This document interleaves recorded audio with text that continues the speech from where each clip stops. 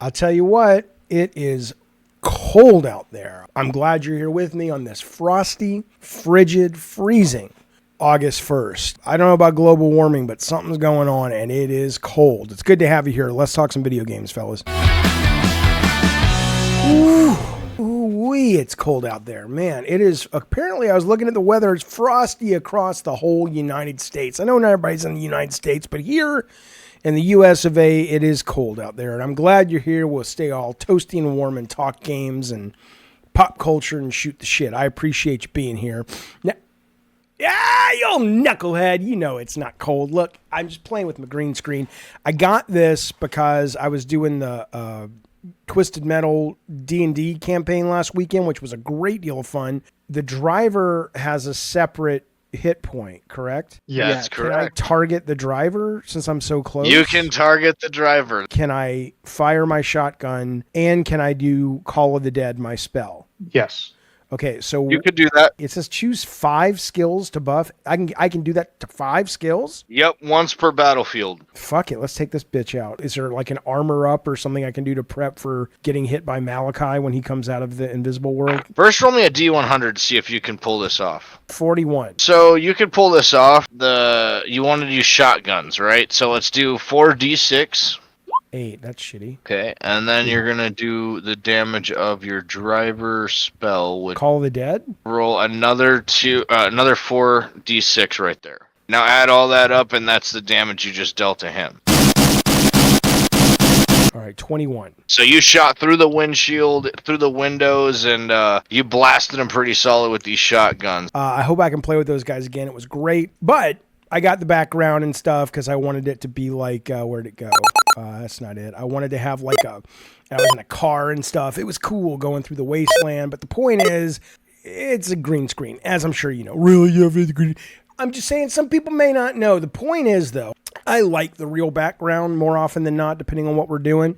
Oh, I also got this for I Love the Weird, which I'll be doing this week or this weekend, because I think that's a good show for this kind of malarkey. But for Gabbin&GAMES, I'll show you. I don't want you to be sad. Your old background, here you go. Your actual real-life background, look at that. It's magic. It's still back there, right? But for today, we're going to be living in green screen land. Hope you don't mind. All right. How are you guys? Why is this not live? There are days I want to do it live, days I don't. There's part of it is I have a lot of stuff I want to talk about that's going to require me to really make sure I communicate it well. And I think with live, where I'm so distracted, that's really hard for me to do. And I want to talk about some storytelling and narrative, breakthroughs as being a bit hyperbolic, but sort of really interesting games I've been playing the last couple of weeks that really speak to an interesting way to do narrative in video games. And I really want to make sure I give that the concentration and focus it deserves. Plus, some of you guys smell really bad.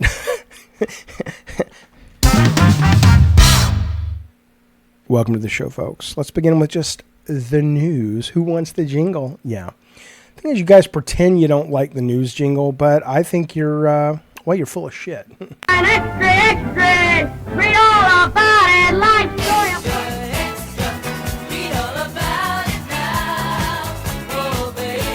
Shut the fuck up! Hey, real quick, top of the show. Don't worry, you'll understand the face thing later if you watch the show. But as I was recording, Phil Spencer dropped a tweet that said Obsidian's game Avowed is now moved out to February 18th, 2025. The rumor that we talk about a little bit in the show from Tom Warren over at Verge, this is kind of was what he was hinting at. So now here's what we got. This is the lineup. First party games from Xbox. We got World of Warcraft, which I don't think they've made any announcements about any of the Warcraft games coming to Game Pass, PC or console. Age of Mythology, obviously, is coming out day one Game Pass September. Era is coming out September 24th, which strategy game as well from Oxide Studios. Make a lot of strategy games with PC. Got a new season of Diablo that looks awesome. Call of Duty, of course, the 25th. Microsoft Flight Sim, Indy sometime 2024. DLC for Starfield Shattered Space 2024. Towerborn 2024. And then they're basically saying Avowed, South of Midnight, Doom, and Fable is all 2025 and more. So we'll get into details about this, the pros, the cons, the thoughts a little bit later in the show.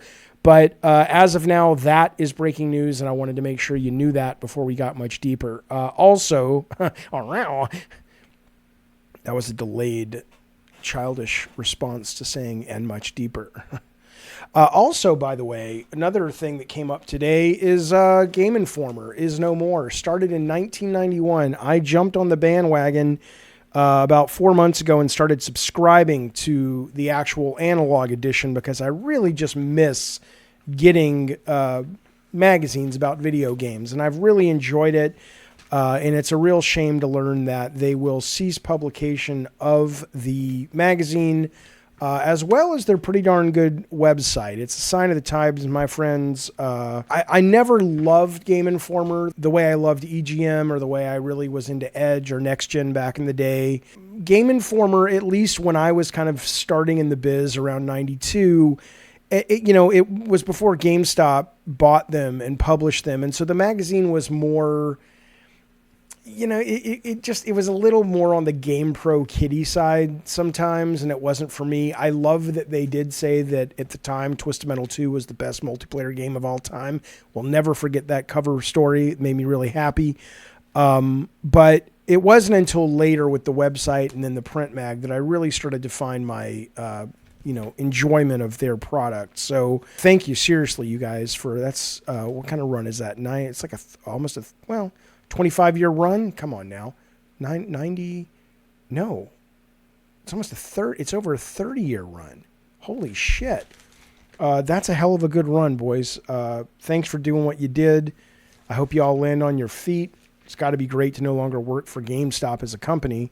And I wish you well. This was the Hades, and this is the very last issue, I guess. The new Dragon Age is going to be the last one. I was really looking forward to the casting of Frank Stone, which was their upcoming print mag and also digital about the Supermassive Horror game, which sounds pretty cool. This is what happens if you go to their website now. I don't know if those digital issues are still available, or even if you subscribe, you can't go back because there's really nothing.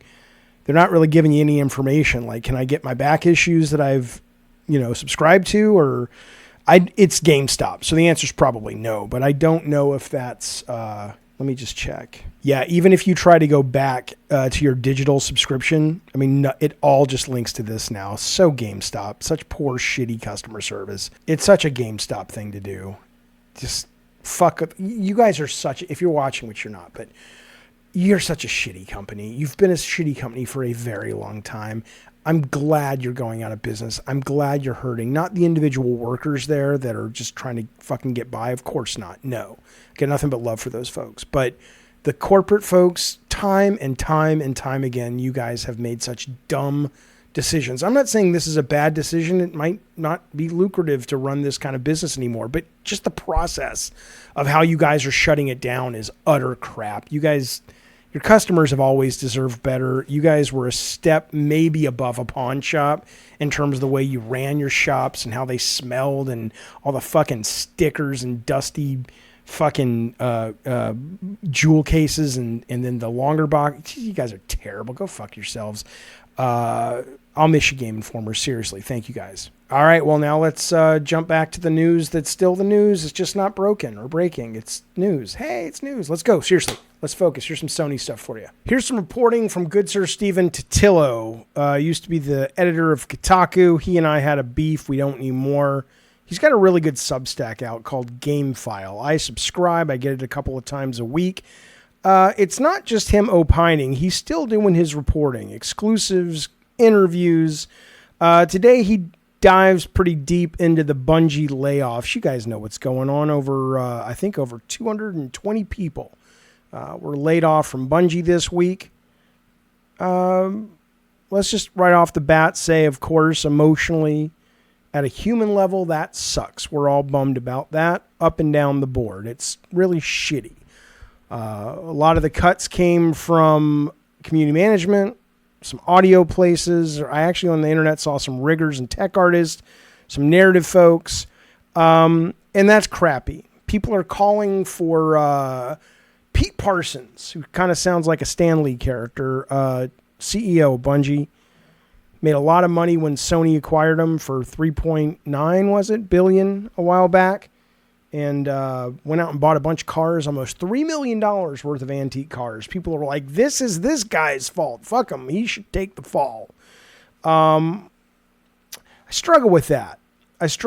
Because let me tell you, there's kind of a silver lining here. Okay. Did Bungie overhire, overstaff? Clearly. How do you know? People talk about like executives like they should be AI that don't make any mistakes. I'm not defending Pete Parsons. I don't know. Maybe he's a living piece of shit. He's the embodiment of a living piece of fecal paste walking around. I don't know that.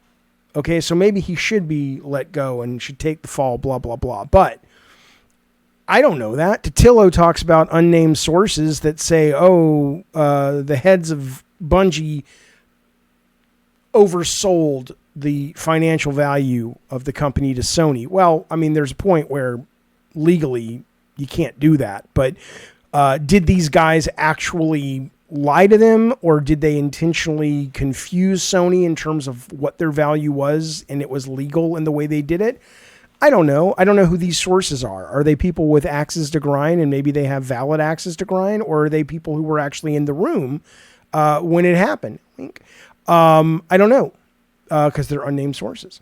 So it's hard to know how seriously to take that sort of poor executiving on the part of Parsons, because we don't really have any more details than that in Totillo's reporting. But here's what is happening, which I do think is a silver lining. There was an incubation project amongst many that they were doing. They call it Science Fantasy. That has now been spun off. That game's going to happen unless it gets canceled, but they're clearly happy enough with it at Sony that it's out of Bungie and being integrated into Sony PlayStation. So we got a new first-party game coming.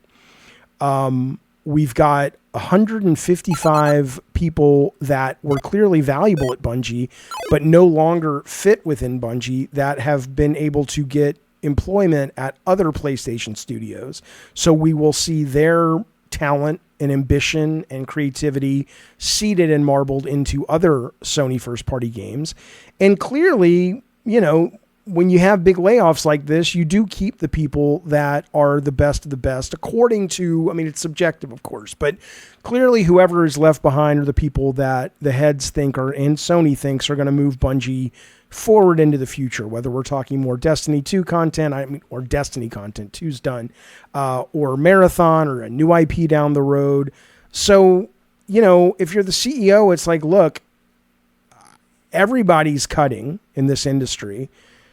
If you have to cut, because my understanding is, in reading this, it seems confirmed in Totillo's writing and reporting, that the heads of Bungie retain autonomy as long as they are hitting some sort of financial mark. And in order to hit the financial mark, they had to cut corners. This is their second or third layoff in the last year. And that sucks.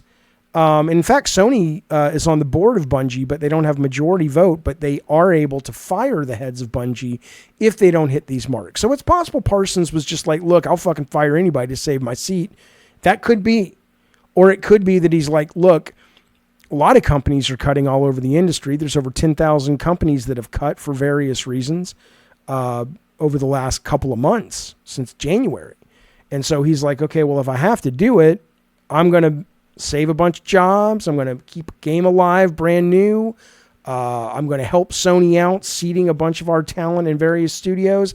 And I'm going to keep what I think of and the other execs think of as the best to move this ball down the field and continue to make Bungie a premier place to work and game creation company, blah, blah, blah. We just don't know. And so you've got a lot of people that are calling for his resignation and saying he should fall on the sword. I don't think anybody's done any reporting to suggest that is an accurate call, because he was a shit and remains a shit executive and he dodged bullets to save his own ass, or if it was because, of course you're going to say that because you got laid off and you feel like shit, as you should, and our country does a terrible job making people feel better and have social safety nets when they lose a job, or if you get sick, you may be on the street. It's horrible, and that's unacceptable, and we should do something about that if we can. I don't know what. Not in this society. I don't know what, but we should. But that's a separate thing. And if you're upset about that, I get it. But this guy falls on the sword and he's out after doing this. But hey, we saved, 70 community management jobs that Sony already probably has anyway, that they can kind of take on that work. Or we saved some audio jobs that Sony has a huge music and sound effects group that seeds out to all of their teams. So I'm not defending Pete Parsons. I'm not saying layoffs. Oh, well, fuck you. Hit, set of steak knives. Come on now. I'm saying that I don't have the data, but I do think if you're just looking at it at a pure mercenary fan level of PlayStation, it's probably good news for PlayStation fans. You get a new game, you get talent seeded throughout the company, and you continue to get your games like Marathon that you love from Bungie. So it sucks, of course. Please don't take this as I'm being flipped. People are out of work. It's a big fucking deal. But I'm not talking about that. I'm talking about sort of at a PlayStation fan level, at a gamer level, seems like maybe it was the right call, unless Pete Parsons is a piece of shit. But again, I mean, the last Destiny, I'm not a Destiny guy, the last Destiny 2 final upgrade or release that just came out, one of the highest rated things they've put out before. So apparently the content is keeping the fans happy. It's not selling that well, but that's more about Destiny on the decline. Anyway, there's your Destiny news. It sucks. I really do. I'm not saying that like it's almost like thoughts and prayers, right? But of course, you hope people who want to stay in the game business and continue to find happiness. You hope a lot of these people who are surprised that when these companies tell them they're family, or these companies make them go, oh, you're safe. You're never safe. In capitalism, you're never safe. You're only as valuable as the value you bring to someone's pocketbook. Who says pocketbook anymore? Really. And I'm not saying that's okay. I'm saying that's the way it is right now. And so maybe some people will be woken up by this and go, oh, okay, it's a profit deal. It's like, yeah, it sucks, but that's what it is. So stop believing their bullshit. You're there to get something from them. They're there to get something from you. You may like them as people, but that's as far as it goes. Otherwise, you're setting yourself up for heartbreak, man. Absolutely. I still think, I know a lot of people now say, oh, Bungie, they overpaid for Bungie. Well, hindsight and all that, right? Because at the time, Jim Ryan's plan seemed about as smart a plan as you could come up with, short of just going, it's a total lightning in a bottle game, which it's not, but our brains probably can only perceive it like that at the moment because nobody seems to really know how to make this work on a consistent basis in terms of what's going to hit in this industry. So you can say they overpaid now, but back then you're getting one of the most consistent hit makers in that space with Bungie. They were going to not just make their own shit. They were going to plant that into the DNA of the entire Sony PlayStation family, which had no experience doing this kind of stuff.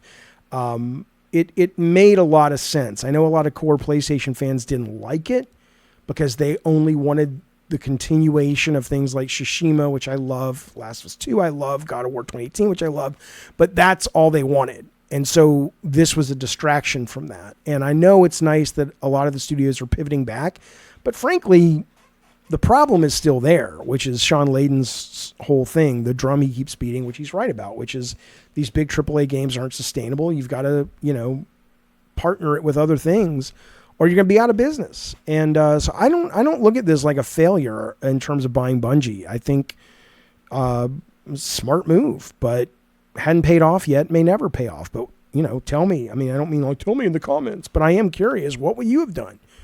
You can't stay the course if you were Jim Ryan. You cannot do it. The numbers don't work. So what would you have done? I mean, I've offered my theories before, but, if Bungie was a bad, because I can see it now in the comments, but it's a stupid purchase.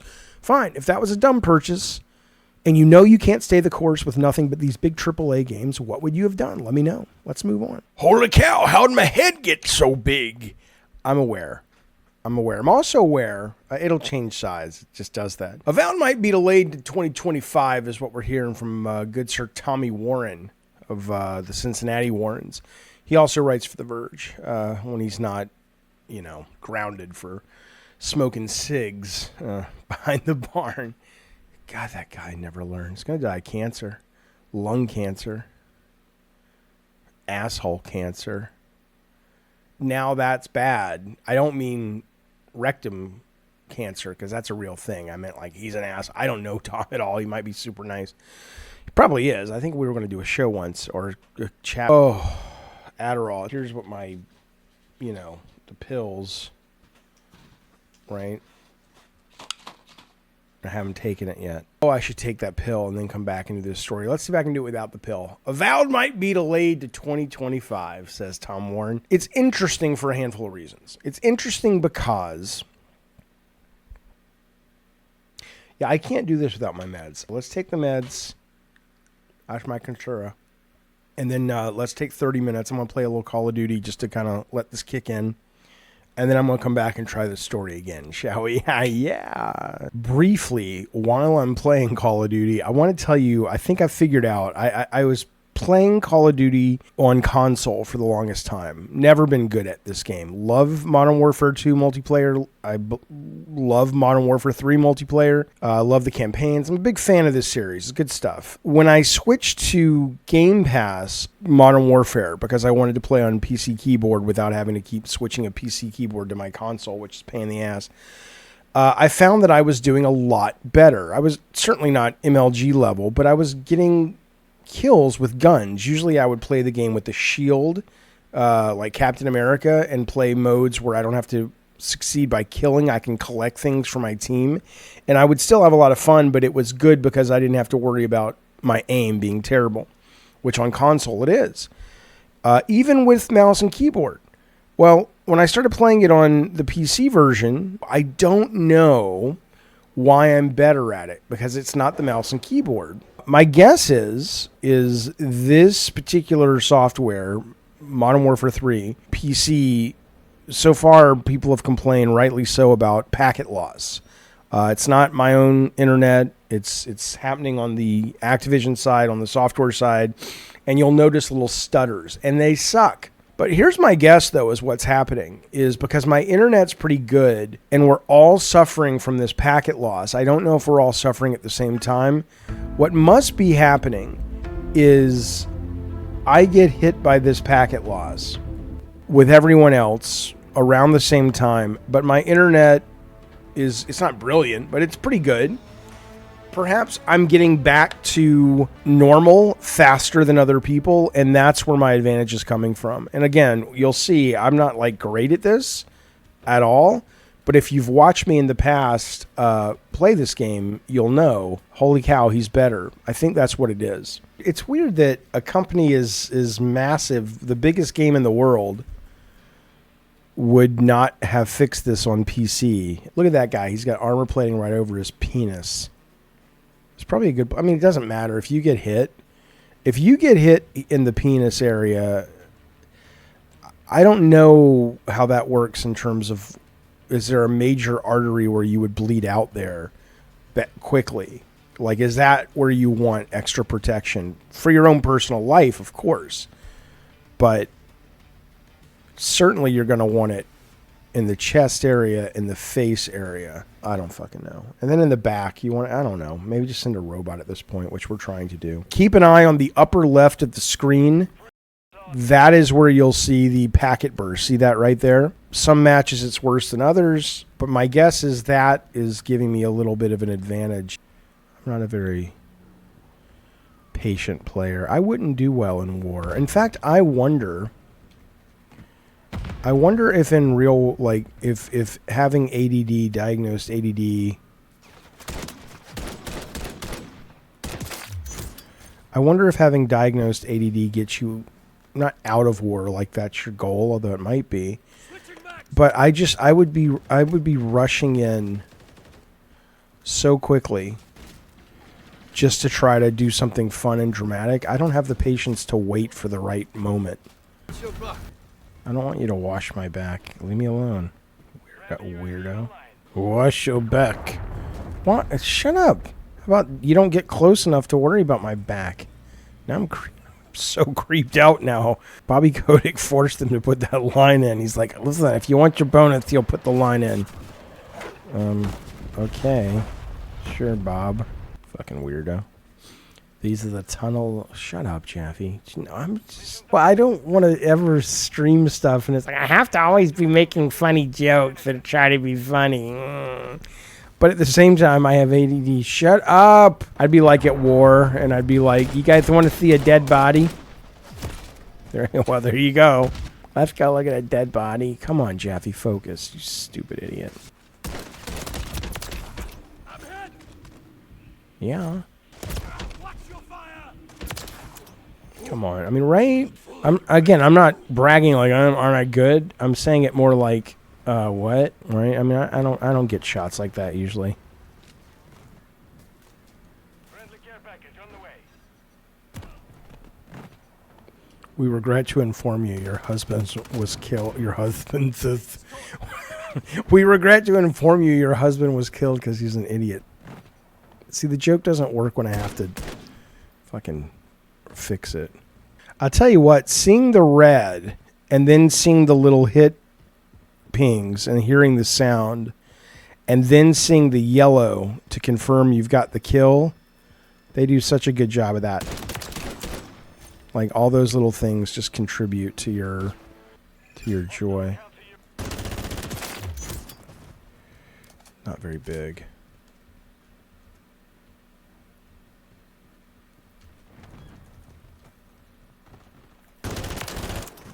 Come on now. I mean, come on now. JB is bingo fuel. You're bingo fuel. Oh, it's being refueled. He didn't say bingo fueled. Oh, I just thought he said it was bing. Hello. Oh, I love talking to you. Hello. Oh, it's nice to hear you again. Shut up. Again. I would not be welcomed in the military. Oh, I like this one. What happened to Private Jaffy? He was shopping, Sarge.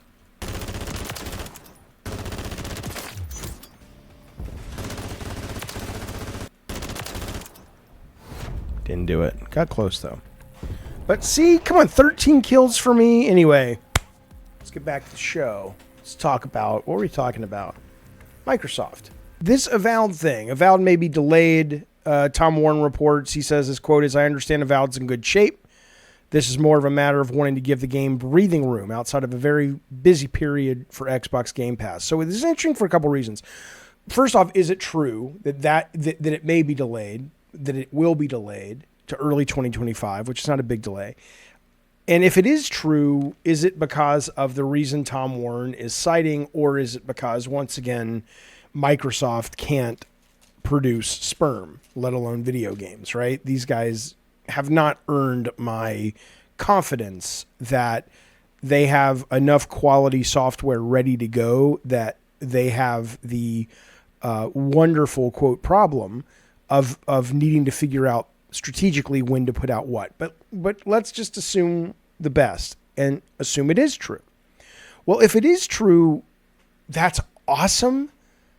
And it's kind of strange, but here's why it's awesome. Because the very nature of this business model, and we've been talking about this on this show for years now, is you've got to have a great cadence of compelling content to keep people from churning. You don't want somebody to come on and go, I only want to play Avowed, and I played it for a month and I'm out. Right? I'm doing this with Ubisoft Plus. The very end of August, Ubisoft Plus is dropping Star Wars. Then pretty much 1 month later or so, you got Assassin's Creed, the new Assassin's Creed, which looks very cool. I haven't played much of The Last Prince of Persia, the 2D. I haven't even played Mirage. So I'll probably subscribe for September, October, November, then kind of churn out. So this proposal from Game Pass, this is the kind of smart subscription service running mentality, if you have the content, that you absolutely need. You see it with, you saw it with Netflix when they originally engineered the binge it all at once mentality, and then they said, okay, that's not so good for our business model.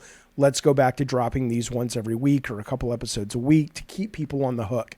That's great if that's the situation. They have finally, consciously or by luck, put themselves in. Hopefully it's consciously, and we can depend on this all the time now coming from these guys. That would be awesome. That's what I've been open for sub-services, and this one obviously in specific, since they focus so much on day one brand new titles. So for assuming that's the case, this is where it gets a little strange.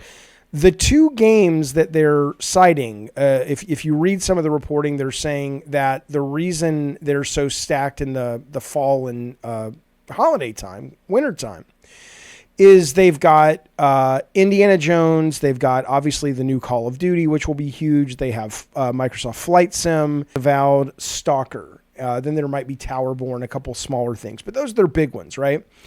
So I don't have the education to speak to Flight Sim. I know it's this evergreen product that people love, but it's never really felt like the reason most people are subbing to Game Pass. So I don't know how much of that particular game really comes into play. It's like, oh, I was gonna, churn out of Game Pass for this month, but Flight Sim's coming. I mean, I don't hear that in the zeitgeist, but maybe it's there, but I don't think so. I think it's got a very hardcore dedicated fan base, but it's probably not driving Game Pass subs in any meaningful way. So then you're left with Stalker, Indiana Jones, Avowed, and obviously Call of Duty's not going anywhere. So plant a flag with that one, right? So you're left with them going, because the reporting is saying that they're going to put Stalker out, and then that's going to kind of move Avowed. That was the reason. At least that was sort of the speculation on the part of this article on The Verge. But if you've already got Call of Duty out, and this is why I'm a little skeptical. I'm very skeptical that this is going to be ready just because it's Microsoft, but first party software. But I'm also a little skeptical because it's like, okay, you've already got a big shooter coming out at that time, and it's got a campaign, and it's from the developers who make the best Call of Duty campaigns and multiplayer. And Stalker is only single player, but you've already got your campaign covered for first-person shooter for that quarter. Why are you buttressing these two games up against each other? Plus, Stalker's not really a big console favorite. It might become that, but it's usually a PC thing, and even on PC, it's always been a solid B-level hit. So that leaves you with Indy and Avowed. Well, honestly, I don't know why Stalker isn't the one being moved out. Now, I also do think that maybe what they're saying is, well, Stalker's not big enough to prevent churn. Maybe that's true. But then you're left with Indy and Avowed. I don't know. I am one of the biggest Indiana Jones fans you will meet. I got into the creative arts as a kid, and then eventually as a career because of Raiders of the Lost Ark and Spielberg and all that. I am not here to piss on the soon-to-be grave of Indiana Jones. Although he's in Rome now or something. No, he's not. It's so dumb. Anyway, I love Indy, but Indy ain't what Indy used to be. The last movie tanked. The movie before that is much despised by many, many people. It was never the biggest brand of the summer after Raiders came out. I think now, even though the game may be great, it's a weird thing to go, well, Indy's going to be a big Christmas hit for us. It might be because it's on Game Pass and because it's going to be a great game. But I do wonder if Avowed being a longer game that you can play for a long time after Indy's probably going to be 3 days if you want to, get through the whole thing and you're an average player. Avowed, if it's kind of a Outer Worlds mini Skyrim, could last you a couple of months. So I'm not entirely sure I agree with that choice. But, again, they know what's good. They know what is better in the sense that what's going to move the needle. So if they're sitting around looking at some sort of outsourced Metacritic and they're going, hey, Indy's going to come in at an 85. Avowed probably will come in at an 80. 79. Stalker is going to be like an 82, or hopefully one of these will be higher. I'd love to see Indy be Game of the Year material. And Avowed, all these would be great. Maybe, they have a lot more knowledge about where these games actually are in terms of quality of the final product. So maybe this is mapped out in a very clever way, and it makes all the sense in the world. But just sort of, backseat driving on it based on what we know, I do think if what they're saying is true, that they've got a wealth of riches here. I'm not entirely sure that I would leave Stalker where it is. especially, I mean, I don't know, because Stalker may not move the needle with churning. So maybe you need to move Stalker and Indy or Stalker and Avowed. I don't fucking know. This is what a fun problem to have if it's because all the games are great. It's like, well, which is the best and where do we want to put the best? It's kind of fun. But I something seems a little off about the choice based on what we know now, which is Stalker being that close to Call of Duty seems wrong. I don't think Indy's going to sink or swim based on how great that game is, not based on the brand. It does not have a built-in fan base that's ready in a meaningful built-in fan base. Like, it's massive, that's going to give you a big hit regardless of if it's just an average game. I'll love it regardless, but it ain't Marvel. You know what I'm saying? And even that these days. But anyway, all right, there you go. Tom Warren, thank you, buddy. And seriously, take care of the smoking habit. It's not good for you. And it makes your teeth yellow, and I don't like it. Fix it, Tom. Marvel Snap, one of my favorite games of all time, has just introduced this week alliances, which is basically like clans. There's a Gabbin&GAMES clan now. GAG is the tag, Gabbin&GAMES. Still got 5 spaces left. Obviously, if you're a paid member and there's space, we'll get you in. If you're paid members and there's not space, we'll kick out the non-paid members for you. You can have these various bounties you can go for. Some you go for as a group, some you go for as an individual. Here's our current standing. We're all collectively working towards 16,000. So you're chasing your personal rewards as well as your alliance rewards, and you get cards and boosters and all that stuff. So if you love the game, it's pretty fun. Gun, no surprise, at the very top. At the moment, I don't think I've ever beaten him in a game. We've played a couple of them. There I am down there at Comic-Con 2024. Rob the Mod's in here somewhere. Rob the Mod, he ain't played much. Come on, Rob. Rob's pretty good, but he ain't played in a while. Chongo's in there. It's so beautiful. I love the brand. I love the art. You know what's interesting? DC came out, I think it's still in beta, with a card game. It's not a direct competitor, but it really should be, because what they came out with was interesting. But it's over-designed, it's over-complicated. No, that's not what they should be doing, in my opinion. Season recap, let's see. I used White Widow a lot. I really need to upgrade, get a better card. There's fucking hot, sexy versions of this one. But she's awesome. I used it 192 times. Sunspot, I only upgraded him to get rewards. I never play Sunspot anymore. I win with Nakia. She's from the Black Panther movies and the comics. Crossbones is the shit. He's a great card to play. This is a great location. Whenever you play cards there, you get double their functionality. Ooh, Young Avengers. Ooh, that's the new season, the Young Avengers. I'm telling you, man, I get so excited about this game. I didn't even know this was... I'll watch this in my own time. There's been Broad. Oh, look what they've got. Yeah, they've got the lady. What's her name? Kate somebody? What's the lady's name? The Hawkeye girl Hawkeye. She gets different arrows, which you can play, which is awesome. What is her name? Kate somebody. Kate Bishop, right. So she's got trick arrows. When you flip her over, you get 2 arrows in your hands. Oh, this is cool. So you can, they do different things to your sides. I know. I get so excited. Who else is coming on? Wiccan is a new character. If you spend all your energy this game, you get 2 max energy. Come on. Speed. Yeah, I'll look at this on my own time. The point is, a new season, I don't know what to tell you. I'm wondering, what is it about a game like this where people say, oh, I don't like those kind of games? I understand something like Magic, or a game that might be overly complex, or even Hearthstone, which has just gotten overwhelmingly... It's not complicated, but there's just a lot of parts to it now because it's been around for so long. This game does a very good job of basically being... Every match can be won in anywhere from 40 seconds to 2 minutes. It's very simple. It's somewhere between Go Fish and, Blackjack 21. That's how, it's got a lot of strategy and depth, but it's also very friendly, very accessible. If you haven't played it, seriously, I am curious. Let me know on the Discord or Twitter or here in the comments. Let me know what it is about this that you haven't, that keeps you from playing it. Because I understand if you're going, well, I don't like games like this because I played Magic or I played Hearthstone.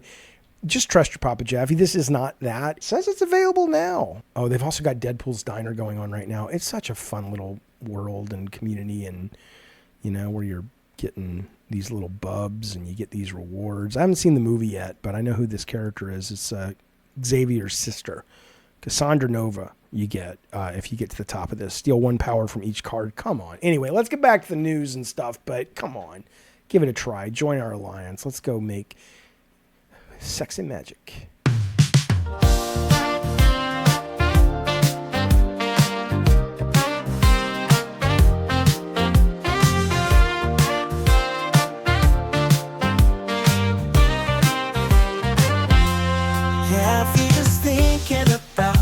Sexy got magic and marvelous snap, and now he will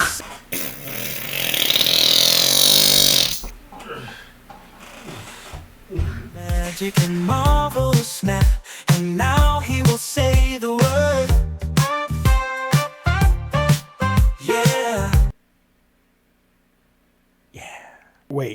Wait. I'm sorry. There was a THQ Nordic showcase sometime in the last 24 hours. I totally missed this. I'm a fan of a lot of their games. One of the games they showed was Wreckfest 2. Wreckfest 1 is one of my favorite games to play with this Gabbin&GAMES community. It's just, I love redneck racing to begin with, and that's just the best. There's about 4 or 5 trailers they released. Let's watch them. Obviously, if you don't want to watch trailers, you can skip them. Really, Jaff, you can shut up. I'm just saying I don't want you to be, I don't want to watch fucking trailers. I get it. But I'm going to watch them, and I figure we can watch them together. We can react together. Here's Wreckfest 2, the announcement trailer. Let's begin, my friends.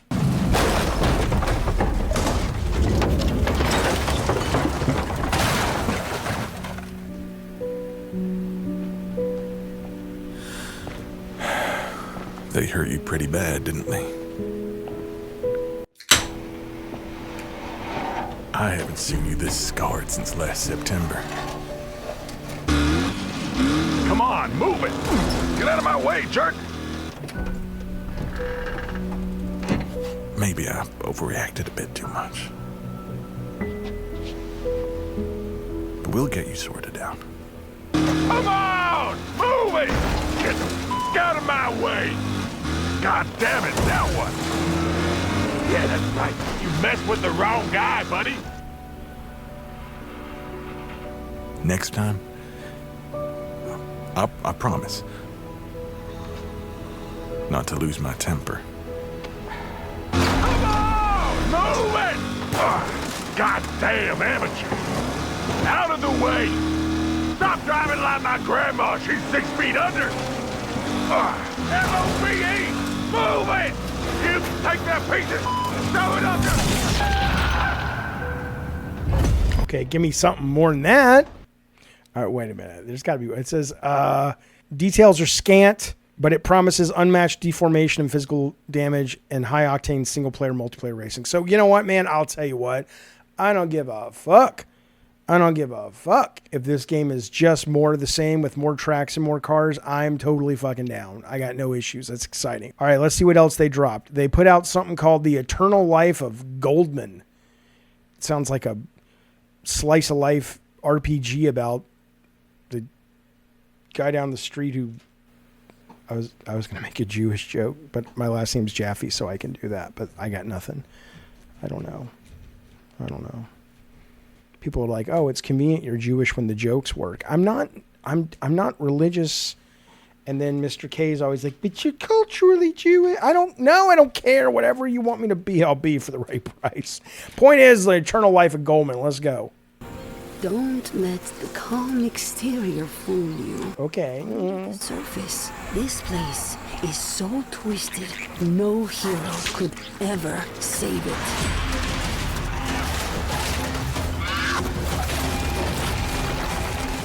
Cool. I mean, it's not the game, but it's cool animation.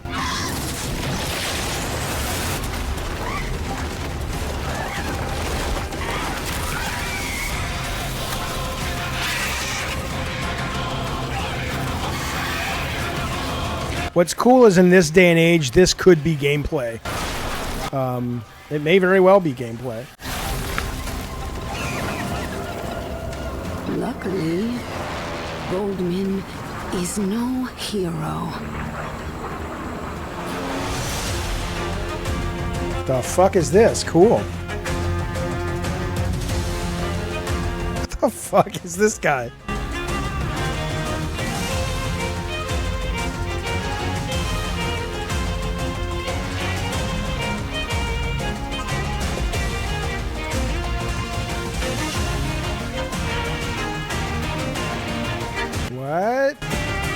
This is almost as weird as there's like a Ebenezer Scrooge video game. Metroidvania Ebenezer Scrooge game. There really is that, which is strange. What is this? This is kind of strange looking. It's like Metroidvania, a little puzzly, a little shooter, platformy. Very cool art style. Kind of has a Don Bluthian look. Dr. Gilbert says the people we have feelings for can never really leave us. Is that true? It sure is. Is hate a feeling? It sure is.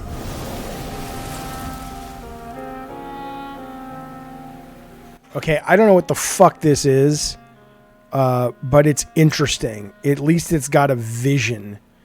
It's got a heartbeat. Somebody's thinking about something making this thing. Let's look this up. This is from Eurogamer. Meticulously hand drawn, hand animated art style. Stole Today's Showcase. Developed by Weapi, the studio behind this, The Police. It's an existential 2D platformer blending elements of Greek, Jewish, Mesopotamian folktales to create a world where life, death, nightmares, and wonder collide. Players take on the role of an old man journeying to kill a god, and its adventure being sold as pure platformer with no backtracking or corpse runs. Oh, okay. So it's not Metroidvania. It's focused on discovery and atmosphere plus jumping. And its bearded protagonist can unlock new ability with his cane. He can make it a hook that he can swing around on, a bouncing shaft like a pogo stick. He navigates the world and battles bosses. Single player. Cool. I'm going to look up this developer real quick. Who the fuck is this? Weapi. Hollywood Animal. All right, well, that's kind of fun. I like stuff like that. What the fuck is this? They made that, by the way. So I'm gonna wishlist this. This is The Police, I guess, is their biggest game, but I've heard of it, but I don't really know what it is. This is The Police.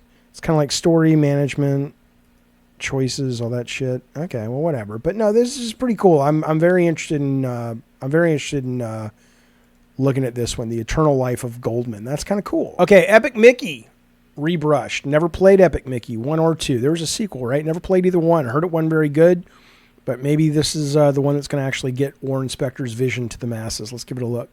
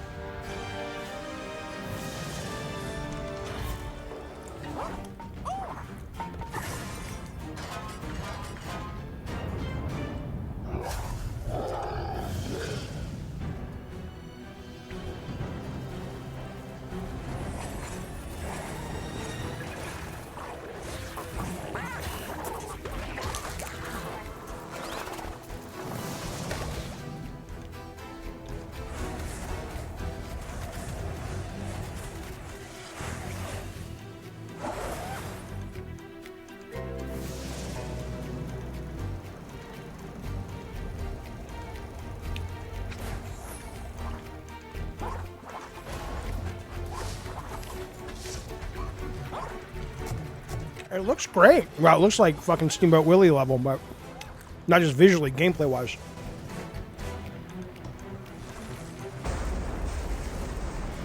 I didn't recall that it was, or I don't recall, but now I do, that it was set like at a dark Disneyland. That's pretty cool.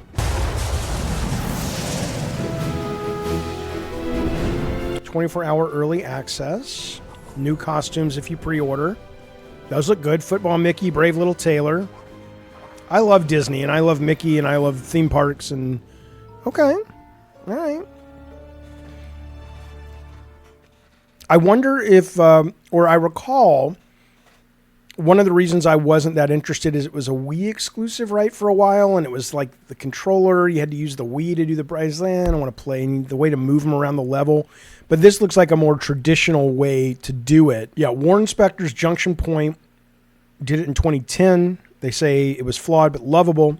Inventive world, surprisingly dark, built from corrupted theme park attractions and long forgotten Disney. And it was paired with a nifty paintbrush mechanic, enabling players to create and erase parts of the environment. All right, sweet. So it looks like they are bringing it back. Better graphics, updated graphics. The developer Purple Lamp is massaging the gameplay front. New core abilities for Mickey, a dash, ground pound, and sprint. New secrets, collectibles, new trophies, achievements, new concept art, and a photo mode. Cool.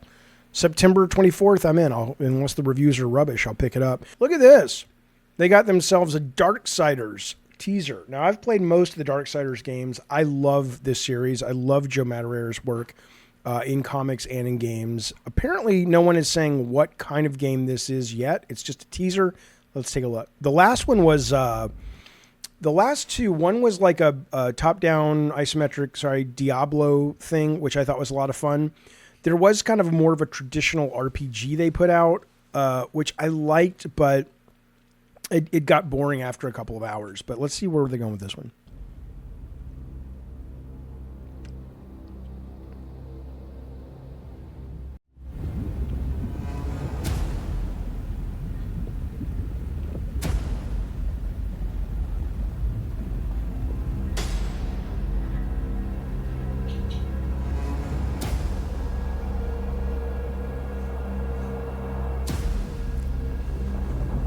This is stupid. Come on. What is, if I may interrupt, I'm excited for the game because they've earned that excitement over their pedigree. This is time you'll never get back in your life. Life is short. You're showing me nothing, and I get you're trying to build anticipation, but you have to kind of take into account the way people watch trailers, mostly on the internet these days. I don't have time. If you can't build anticipation while literally showing me something compelling, engaging, even if it's mysterious, all you're showing me is rocks, and you're cutting with like boom, like it's big music, like I'm supposed to care. It's a terrible teaser. Terrible fucking teaser.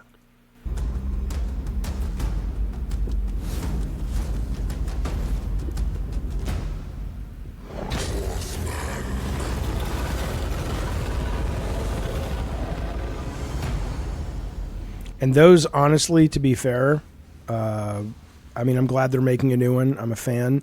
That doesn't look like Joe Madureira art. These things look like, if you ever seen that SNL sketch where they make cakes, like a reality show where they're competing to bake cakes. Inevitably, somebody makes a cake that is sentient and it looks like shit. Here, I'll show you. It's called Holiday Baking Championship. Okay, they've done a number of them, but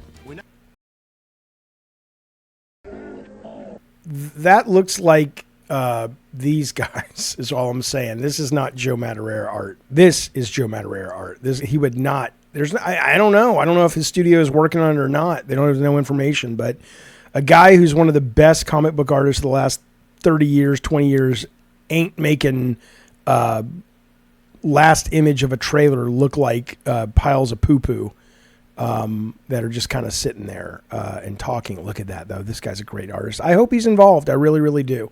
Because he does some gorgeous fucking artwork. But that ain't that. All right, what else they got?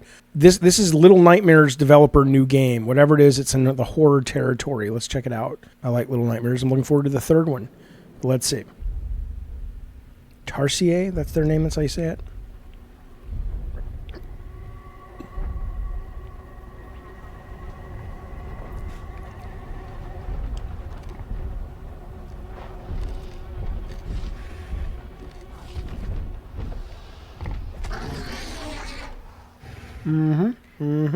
They're coming.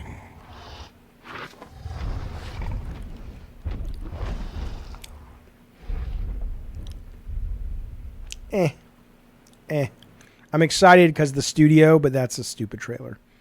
I mean, there's nothing about that I'm like, oh my God, that's fucking creepy. I'm like, it's a pig with guts. I've seen it.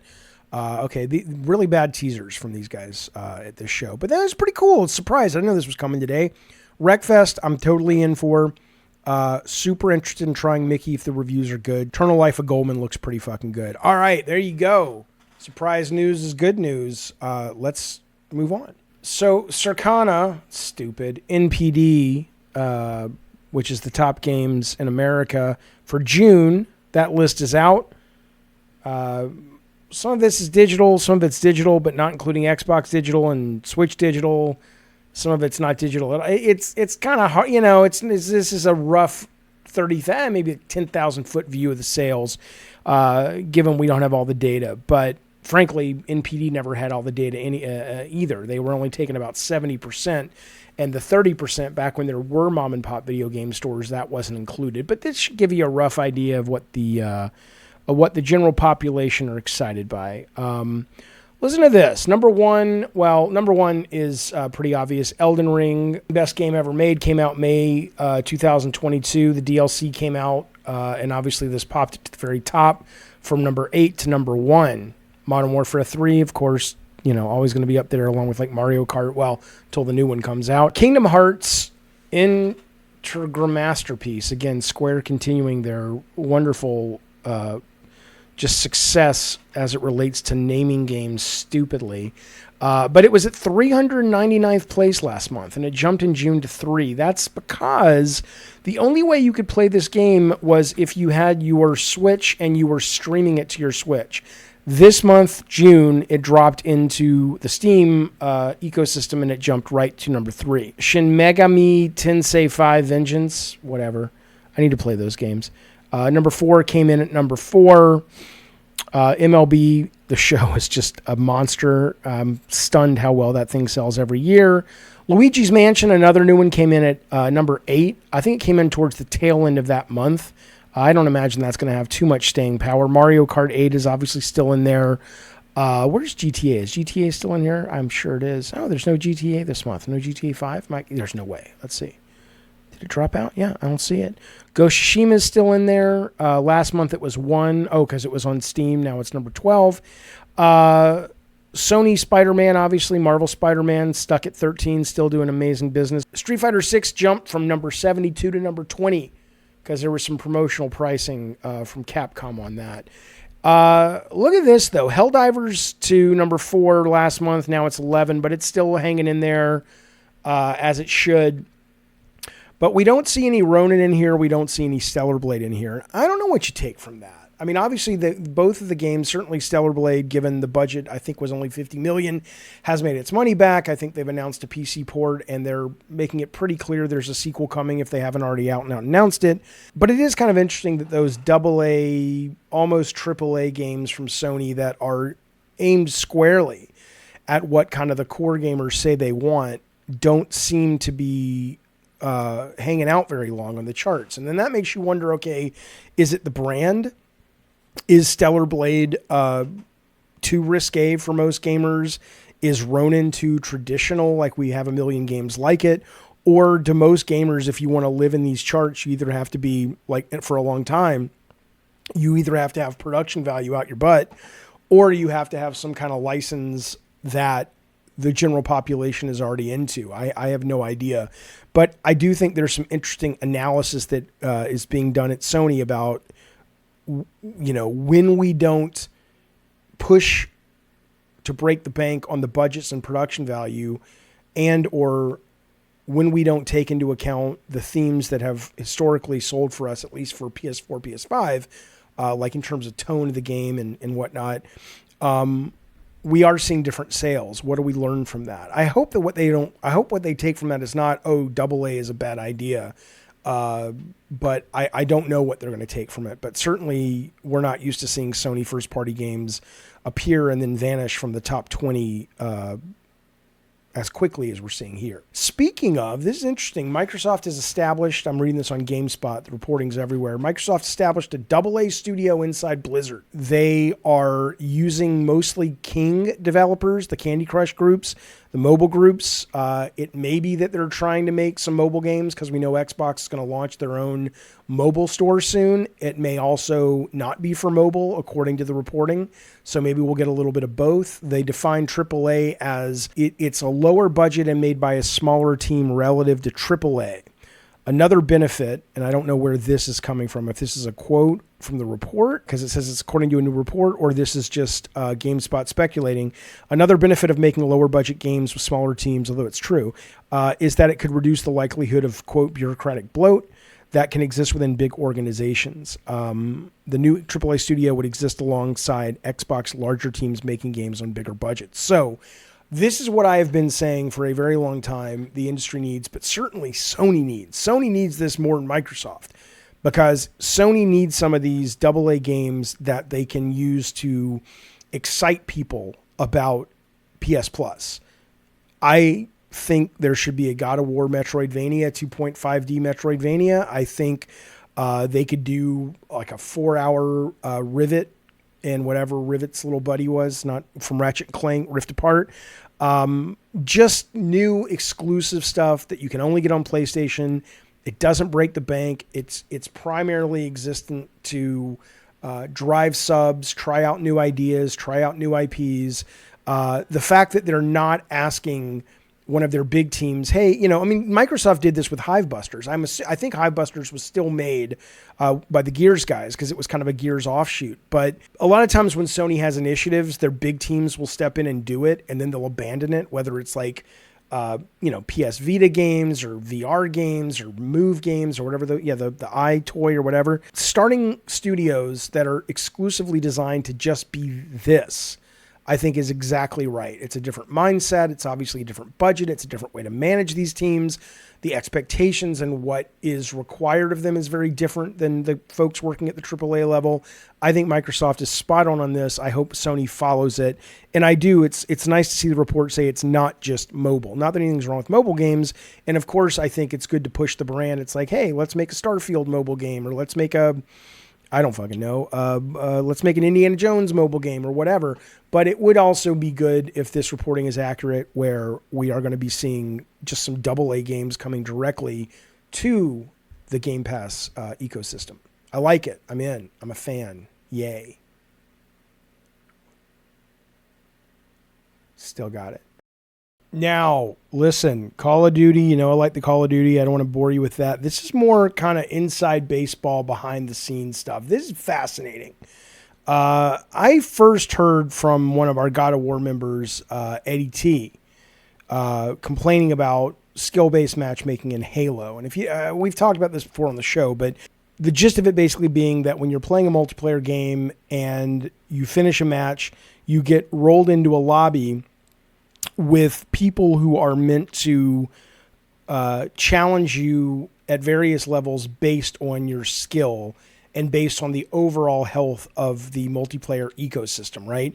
To roll you into a match with people who are just going to wipe the floor with you is going to turn off people. So roll you into a match with people who are total losers, it might be fun for you for a few minutes or a few days, but they're going to stop playing because they're like, this game's too fucking hard. So skill-based matchmaking allows the video game developers to say, we're going to put you in a match that's going to feel fair for the most part. It's going to feel engaging, and it's going to be our best guess based on the algorithms as to what is going to keep you coming back and playing the game. So I understand that sort of the hardest of the hardcore people don't like skill-based matchmaking because they inevitably end up carrying the team.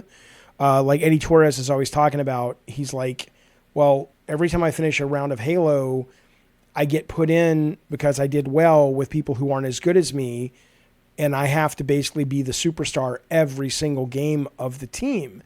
And it's kind of boring and frustrating. Since private kind of lobby rooms, like from the Quake days, went away, and it just most of these big games just kind of rolled into pure lobbies that were match made.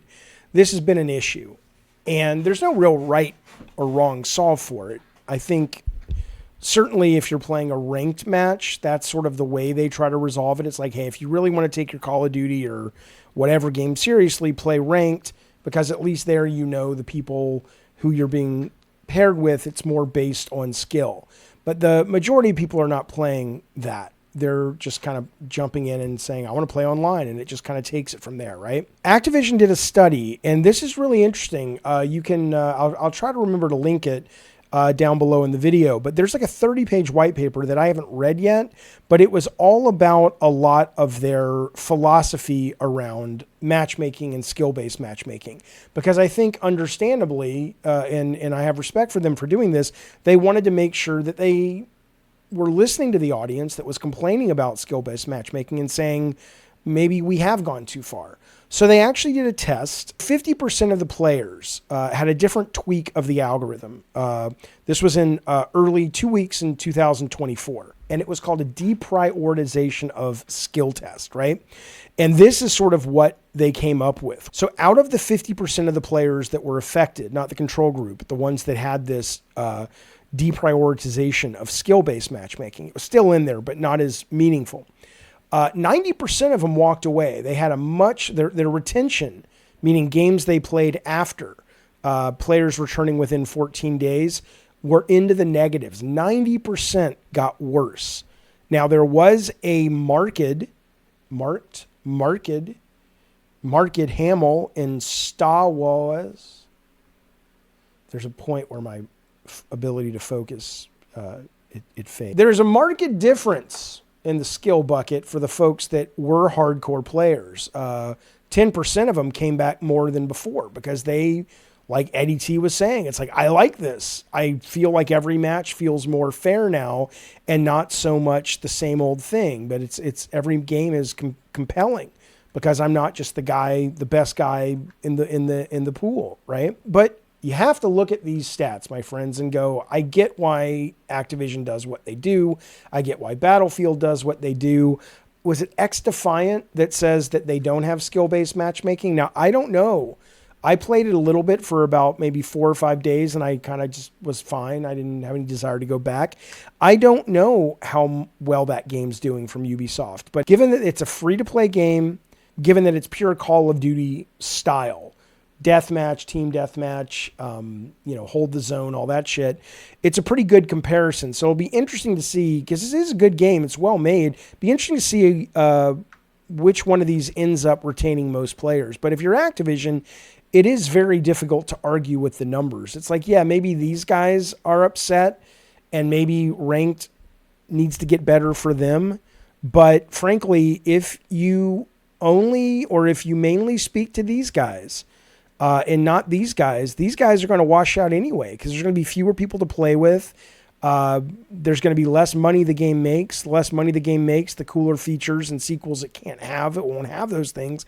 And the whole thing ends up sort of collapsing. So I understand the complaints of the skill-based matchmaking or the anti-skill-based matchmaking folks, but it's hard to argue with the math that you're seeing. It does say in response to this being released, players have expressed skepticism about the study. Some point out the algorithm is too aggressive and shouldn't recalculate skill after every single game. Others point out a matchmaking system based on wins, losses would be better. Well, the first one is interesting.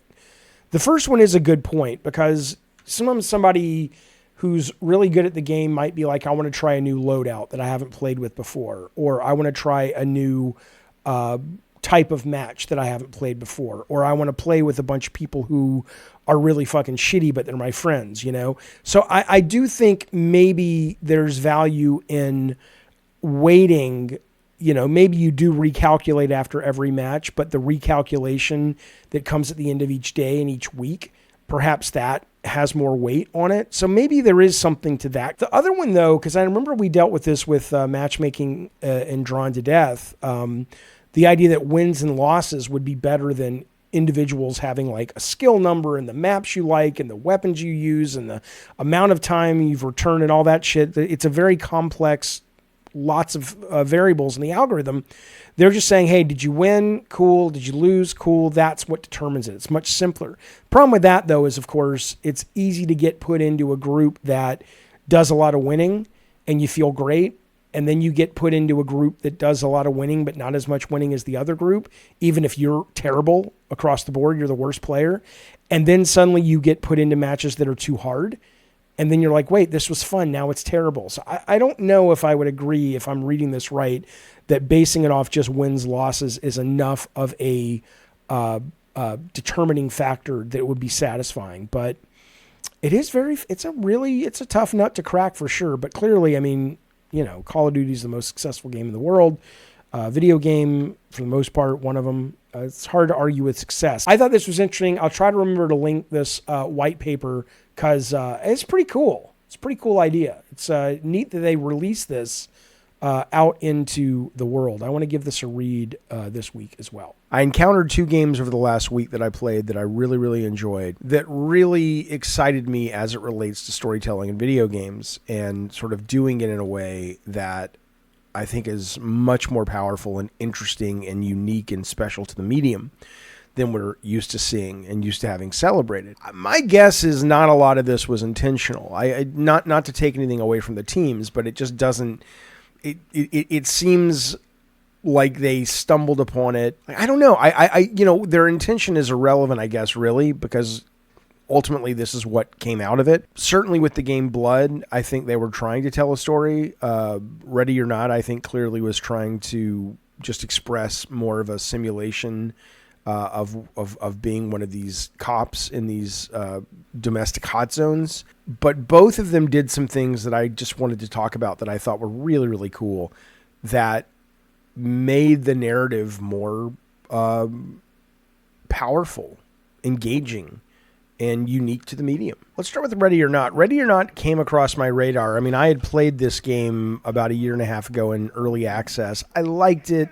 Seemed a little too methodical, not for me, not for my ADD brain, so I kind of refunded it. But I like the idea of a single player, although you can play this in co-op, and it's probably meant to be played in co-op, I believe. But I play it in single player, but I like the idea of a single player tactical, measured Rainbow Six, old school Rainbow Six style game where you really feel that sense of tension as you're moving through the environment. And this game does that very, very well. And I bought it again because of this article on PC Gamer where it talked about the DLC. The game is you play a group of, or you play the leader of a group of SWAT guys, police guys that are going into these various domestic locations and trying to stop the bad guys. Very tactical, very careful. You give orders to your guys. It's really immersive and really fun. And if you like that kind of game, I recommend it. And this is what the article said. The article was talking about one of the levels called the Dorms. All 3 of these levels in the DLC take place during a hurricane in this town. So emergency services are not really available. The straight up cops are not really available. And one of the missions, which PC Gamer wrote about, called the Dorms, you are sent to clear out this tenement building, this condemned building, where a lot of homeless people are riding out this storm and trying to, stay safe while it's crazy outside. Breaching!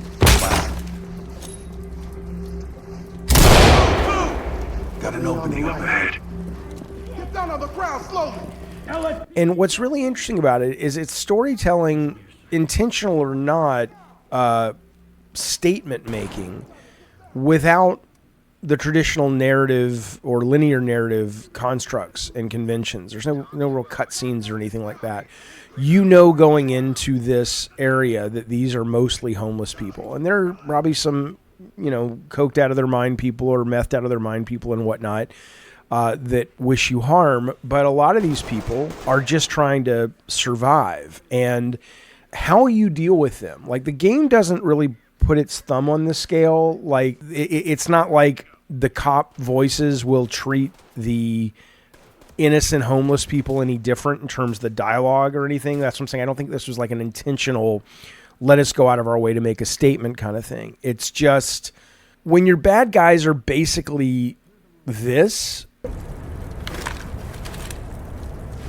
Down on your knees! I'm not getting on my knees for anybody.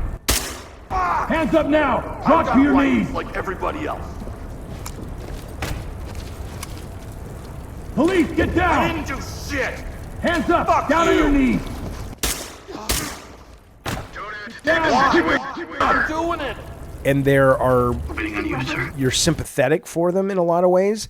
It makes you question. It makes you wonder, what are you doing? How are you doing it? Are the cops always the good guys? Is just following orders a valid excuse?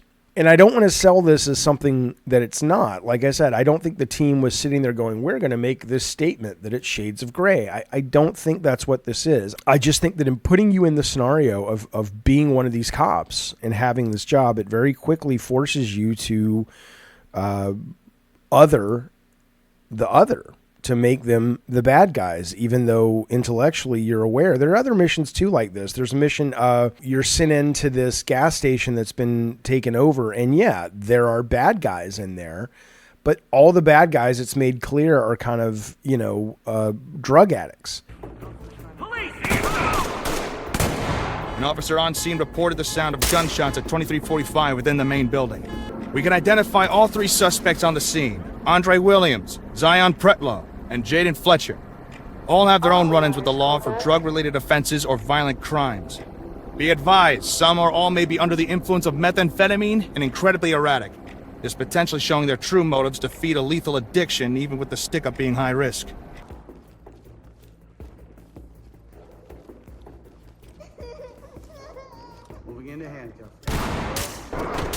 There's another mission where you are sent into this very fancy, incredibly rich mansion where this oil executive and his family are being taken as hostage. But the bad guys are eco-terrorists, right? And it's very clear, I've never seen anything like this. if you know anything about anything, that this is a, top 1% guy that you've been sent in to rescue. And it's clear, you go into his office and you see all of his, models for oil drilling and rigs and all kinds of things that clearly are not good for the environment, but are good for your pocketbook. And you even have the bad guys you hear them in the dialogue talking to some of the hostages like, oh, it must be nice every night to go to sleep in a place like this, right? It's very clear these are shades of gray that I have to assume the game does want you to be aware of. In this case, you're like, yeah, I'm this cop and I have this job and these are bad guys. They're hurting people. But at the same time, the 1%er is hurting people. It's like just in very, very different ways. And you can play the game as a total black and white experience, which is fine, which is probably what most people would play it like. Not because I'm so smart and they're not, but because that's how it presents itself. And I'm very curious, and maybe I'll reach out to the developers, see if they want to have a conversation about it. I'm very curious how much of this was intentional.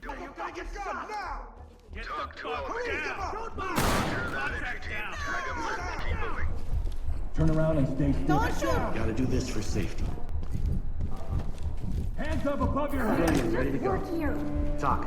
Civilian is secured. But whether you're dealing with the drug addicts, the eco-terrorists, the homeless folks just trying to ride out the storm, it's very clear you're dealing with shades of gray. And another interesting part about this is that by the very nature of you being in a role with a mission and with people that you need to keep alive to make that mission successful, it's impossible not to sort of be on the side of the cops in the sense that that is your mission. So you can be ambivalent about the bad guys, but fundamentally when they're shooting at your team and they're killing your team and that makes it harder for you to solve the mission, there also becomes this very, to me, interesting kind of play on what people deal with every day. It's like, yeah, I could buy mom and pops, but Amazon is easier. And I know that's very different at a threat of life issue, but it's fundamentally the quality of your life and your ability to survive in this dog-eat-dog world. When does that take a backseat to sort of a more noble pursuit of simply what's the right thing to do at a moral level? Because that's what the game asks you to do. And the game's also very interesting in that the game lets you solve every mission, and it's much, much harder. And that's even a statement. It's much, much harder to solve these missions if you want to go in with the shotgun that just shoots beanbags and arrest everybody. You don't have to kill anybody. But again, life's a lot harder. You don't have to go to Walmart to get your groceries, but they're a lot cheaper, and it's a lot easier than going down to Whole Foods where they're more expensive and they're, better for you or whatever. Or they're more, they're organically and locally grown and all that stuff. It's easier to take the easy path. It's more noble to take the other path, but it's bigger pain in your ass. And I think the game reflects that as well. The game, like I said, the game doesn't put its thumb on the scale. And I appreciate that. And I think it's good for business for these guys to just sort of say, look, we're putting it out there intentional or not, this is how the game might make you feel. And I think that's really cool. I do wonder about a few things. Like, there's a lot of dialogue between the SWAT members, but it's very standard. It's not much color or flavor. Like, hey, this one guy has a kid at home that was just born, and okay, that's just an aside. But when he dies, or you allow him to die by your poor leadership, that might hit harder. They don't do any of that, and I think that's good and bad. But there's a lot of mods in this thing, and I do think maybe there's value in trying to see if there's a mod out there where the camaraderie amongst your SWAT members is more personal, and in that what it does to the way the game makes you feel. I think that would be really, really cool. I just think this game is so cool. It really does offer a great deal to think about, on top of just being a genuinely fun, compelling game. You know, I got a knock at the door about a year ago, like 6 a.m, and it was cops. And I'm like, oh shit, that's always the big fear. Did somebody die, or, you know? And they said, is your daughter home? And I said, yeah. And what had happened was she had been dating this guy who was kind of a crazy guy. And just to sort of fuck with her, he had done a wellness check on her. And she was like, fine. She's like, came out. She's like, what? You know, so, and they went away. But what was really cool about it, San Diego has one of these pilot programs. They're not all over yet, but embedded with these cops was a social worker therapist. So instead of a bunch of guys that might be great at chasing bad guys through alleys and getting a perfect headshot if they're going to pull a gun on the cops or an innocent, they also brought with them someone who had been trained in dealing with someone who might be having, you know, some mental health issues. And I just, I remember thanking them for that. I said, I think this is such a great thing you guys are doing, because if my kid had actually, if this had been a real thing and they had been needing an actual wellness check, I would have much rather have it come from someone who is like, hey, let's assess this. What's happening, And so I think doing that in a game like this, especially with the state of AI coming in terms of NPCs that you can just talk to, I did find myself in this game wanting to actually go, that would have been interesting. I don't know if the game would have been as good, but it would have been interesting if one of the tools in my toolkit would have been the ability to just actually talk to these people and see if I could talk them down.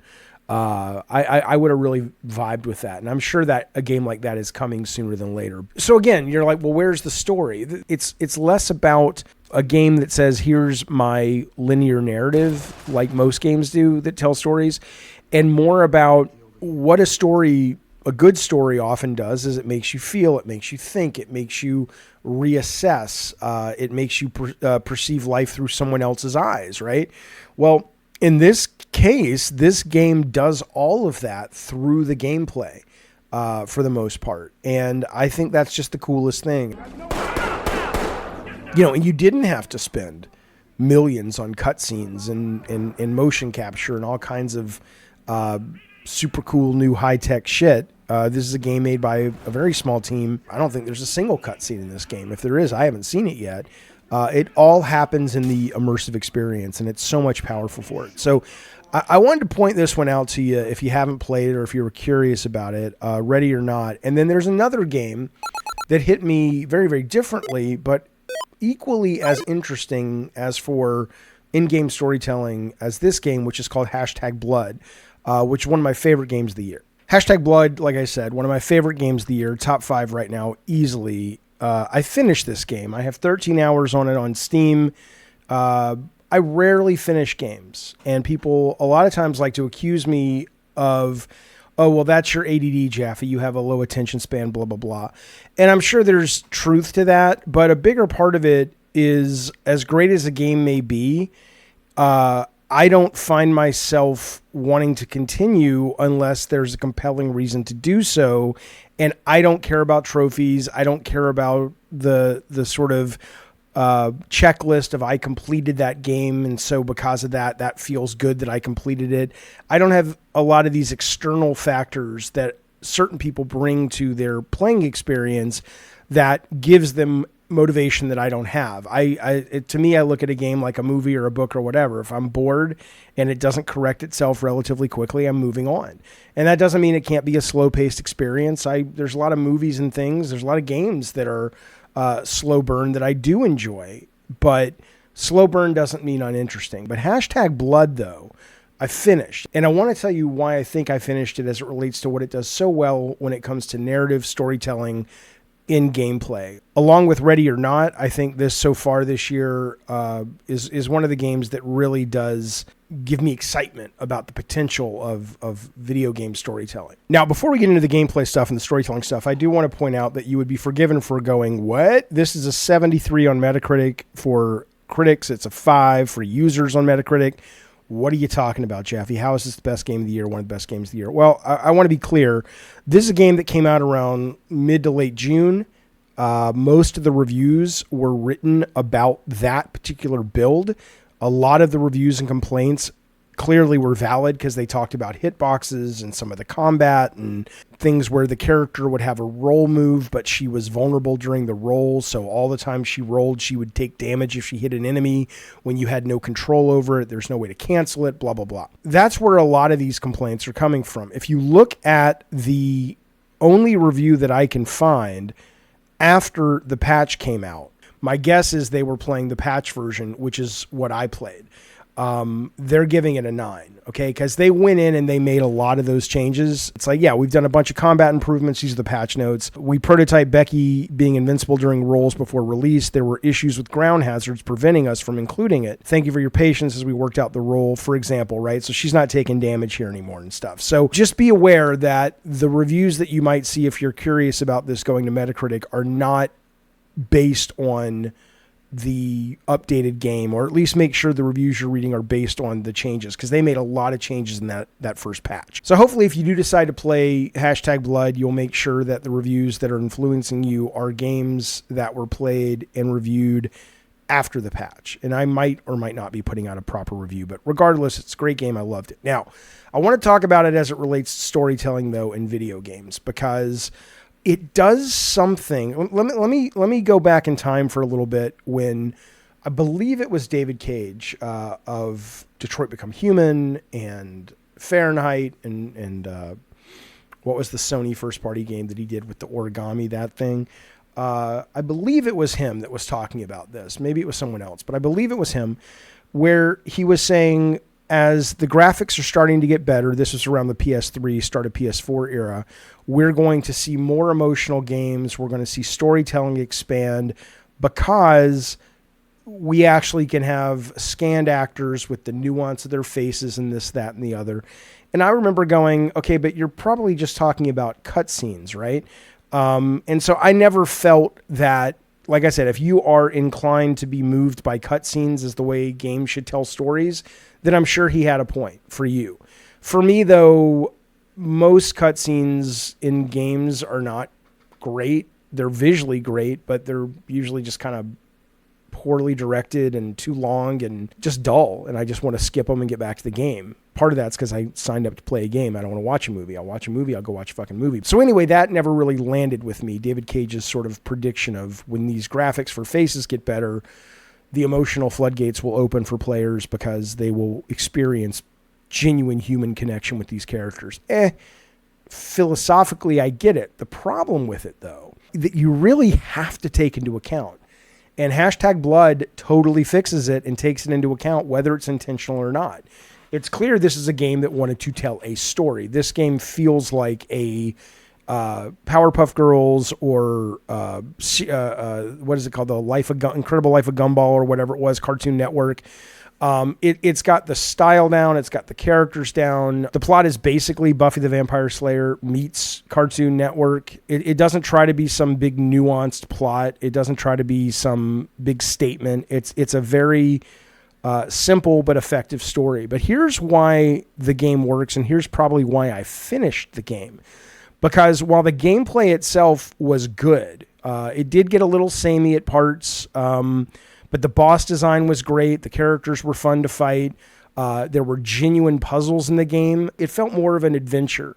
It felt more like the, Zelda NES and the Link to the Past, in that it was puzzles and exploring, and in this game you interacted with a lot of characters if you chose to, and there was combat. All of that kind of was great. I enjoyed that variety of gameplay and #blood. But what really made it work for me, and what really compelled me to want to finish it, unlike, there's a game we'll talk about later called Thank Goodness You're Here, which is delightful, but I probably won't finish it. And it's like a 9 on Metacritic. It's a better game by all intents and purposes, at least if you're talking about the pre-patch version of this. But I was compelled because the characters and the narrative. It felt like I was playing a cartoon.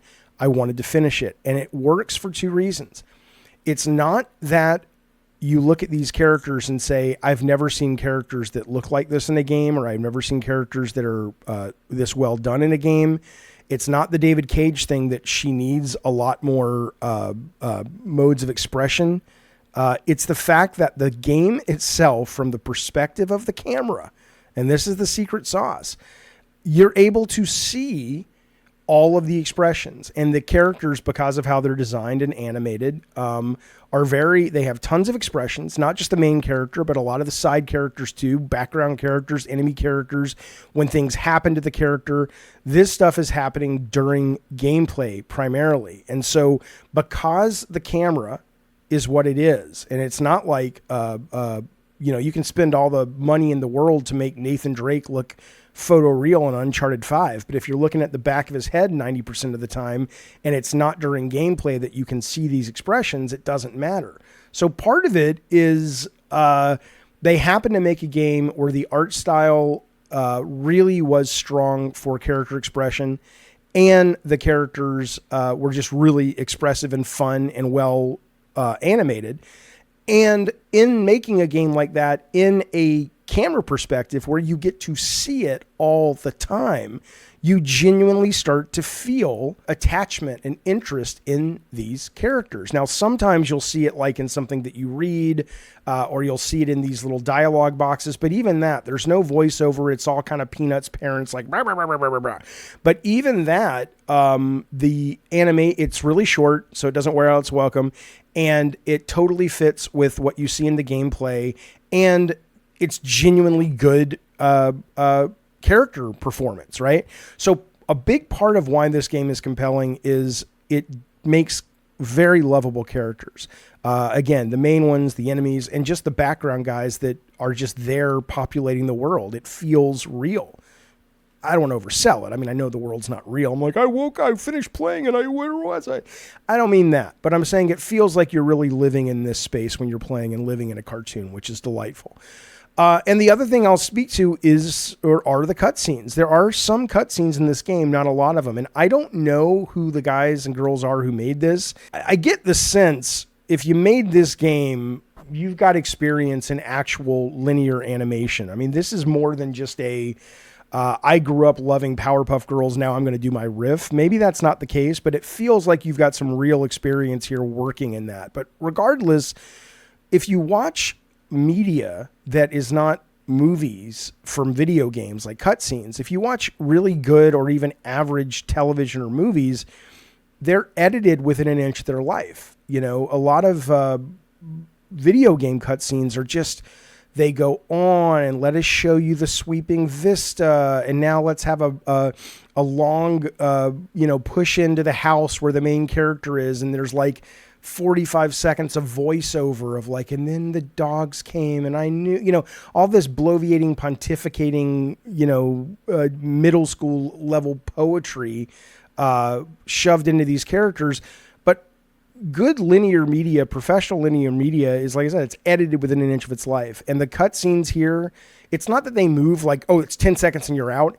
It's that everything in there is for a reason, and it moves the story along. It moves the emotional track along, and then it gets out of your way. And it doesn't feel like something that you want to end.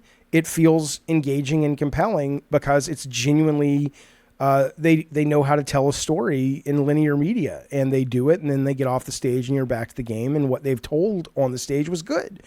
And in that, mixed with the fact that you care about the characters because of the stuff we talked about earlier, it's an emotional game at part. I'm not saying you're crying or anything, but there's a whole thing with her mom and that she kind of plays into the story and the narrative and her history, and it's well written in that way, and it's well executed with the way the characters express the story and how efficient the cutscene storytelling is, that all those things come together, and it really makes it into a game, especially with the patch, that it feels like one of the best storytelling games of the year. And I don't know if it'll get the credit it deserves, that I feel it deserves for that, but I highly recommend this. And it's really interesting when you actually think about David Cage's statement and you're like, well, yeah, all those things might matter, but they only matter if you're really serious about how the player experiences them. It's kind of like, let's go hire Harrison Ford,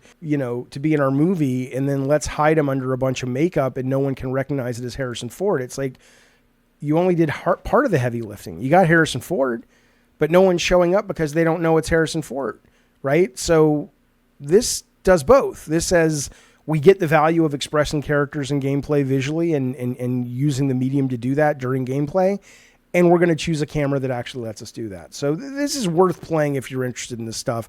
I'm super charmed by it. I love it. I love the characters. I want a statue of this character, Becky, back there. I want to see another game, another adventure with her. This was good stuff. #Blood. Good double feature this week of cool storytelling in video games between Ready or Not and #Blood. There's some good stuff happening out there. Where can you find Frodo Baggins, Darth Vader, Gollum, T-1000 from Terminator 2, Daredevil himself, Beverly Crusher from the Next Gen? Where can you find them all in one place? Granted, probably some weird fan fiction that one of you motherfuckers have been writing. I understand. It's it's a dry white season out there.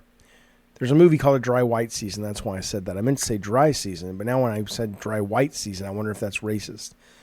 What is dry white season? I don't know what that means. The point is, where can you find all these dry white season? Who made that? I want to look it up. It kind of matters. Let's find out. Dry white season. It's a movie with Donald Sutherland from '89. It is about South Africa apartheid, so that's probably why I was kind of thinking the racist. The point is, where can you find all this crazy cavalcade of characters I mentioned before? I kind of got off track there.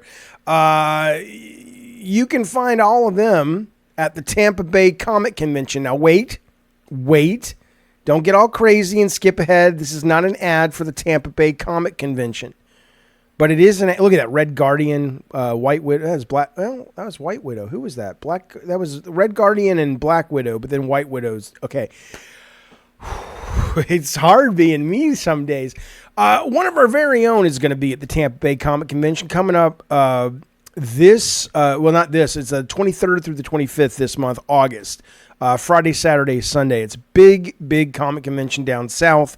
It looks very cool. Lots of guests, lots of panels, lots of experiences down there.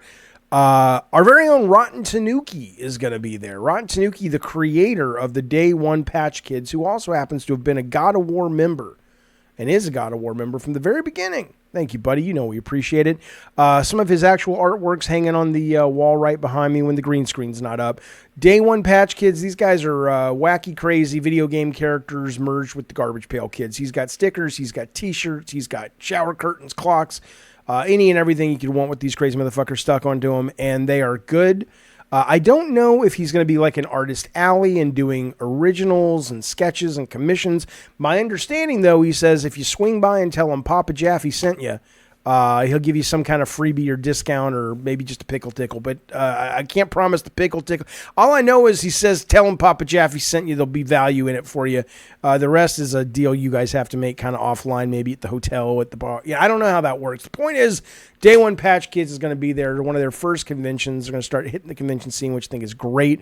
More people need to know about these motherfucking characters. Day One Patch Kids. I want to see a cartoon series, goddammit. Day One Patch Kids, Rotten Tanuki, coming up August 23rd through the 25th at the Tampa Bay Convention Center. Check them out. Tell them Papa Jaff sold. Tell them Papa Jaff. Tell him Papa Jaff sent you. Listen. Tanuki's a badass, but he's not our only God of War member making the rounds these days. It's summer, baby. Shit's happening. Of course, we got Zach. Hello, is it me you're looking for? Of course, we got Zach Procrastinates, who's flying around in his helicopter up there, observing all of us as he does, which I think is kind of erotic. We also have our good friend Eddie TT Torres, who's collecting and judging all of us who buy digital media. Thank you, fellas. And then, of course, one of our other God of War members who likes to go by the name Swapfire. I don't know if I can tell you his real name. Well, it's Jeremy. Fuck it. I won't tell you his last name. Swapfire's the game he's making with his pals. You can get a look at it and probably let you into the early access. They're not selling it yet over on Steam. It's relatively early in production. They're looking for playtesters. If you can get on over there, I'm sure he would appreciate you jumping in if you have the Steam and giving it a shot. It's kind of a very cool idea. We played it on the stream, like I said. It is kind of harkens back to the 1v1 couch competition games from our youths. Check out the trailer for Swapfire right now.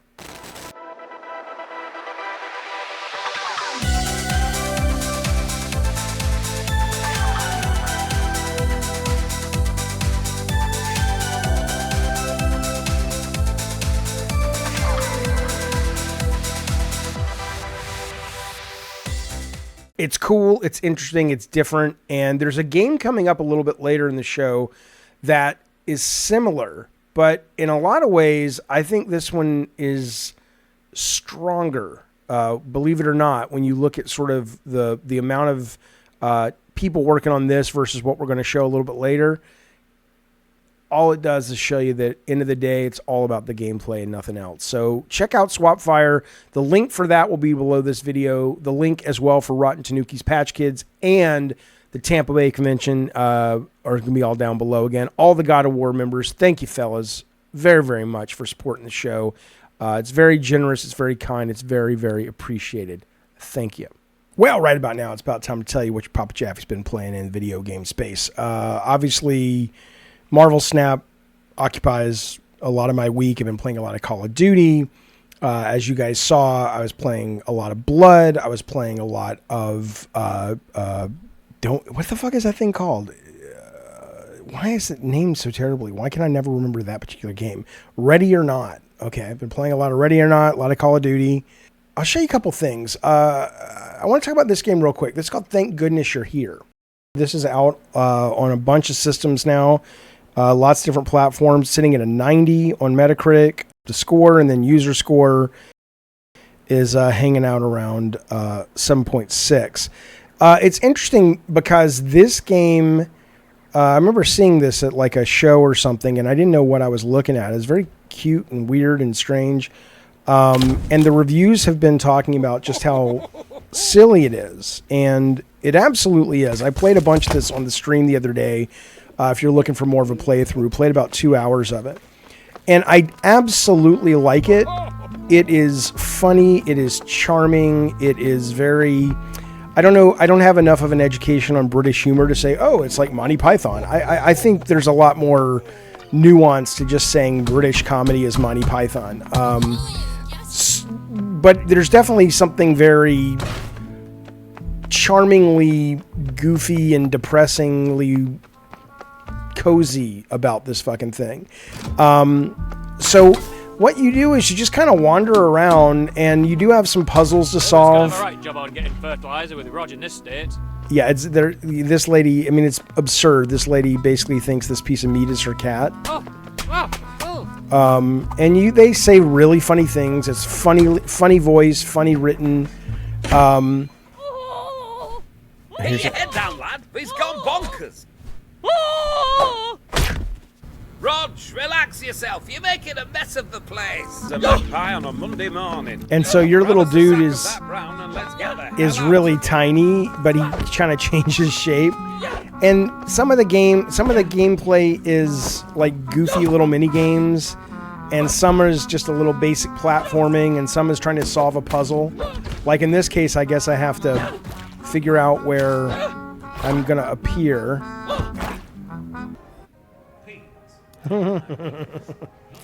It is Never mind them, love.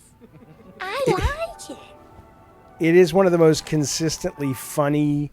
I can't keep pretending anymore, Roger. Oh, poor thing. It's just too big. Most consistently funny games I've played ever. It's just too big. Too big. That won't fit. So what I'll say about this is it is funny.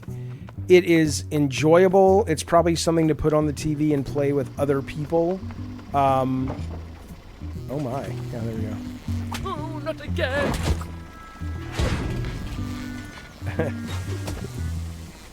And so there's really I have zero regrets buying it. I'm enjoying it.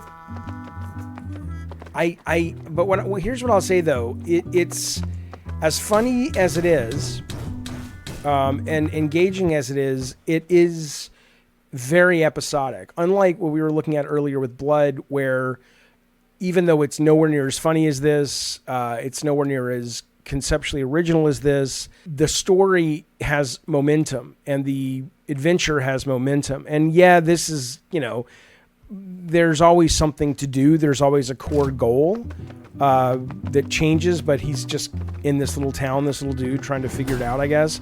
But it's not like after you get your fill of it, which doesn't take that long, the game that's left behind isn't all that compelling in terms of what it's asking you to do. And then there is no real narrative to speak of. Like right now, I guess what's happening is like the story right now is this guy with his giant pie. He's made the biggest pie ever. And now his competitors like, I hate you because I want my pies to be bigger. I mean, and I haven't looked at the Metacritic other than the numbers, but I wonder if that discrepancy between people who've purchased it and reviewers is in fact that they're going to say it's funny, but there's not a lot to it. And it gets kind of old. Let's see. I'm Gregory Beanton. Hear my breath. Bring me beans or bring me death. Okay, I can do that.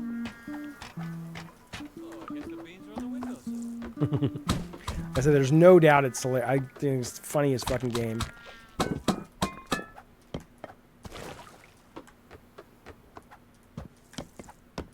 And I haven't really watched what we do in the shadows, but people are saying, oh, the guy who wrote it or who does the voice is one of those guys. Man, get off my soiled clothes.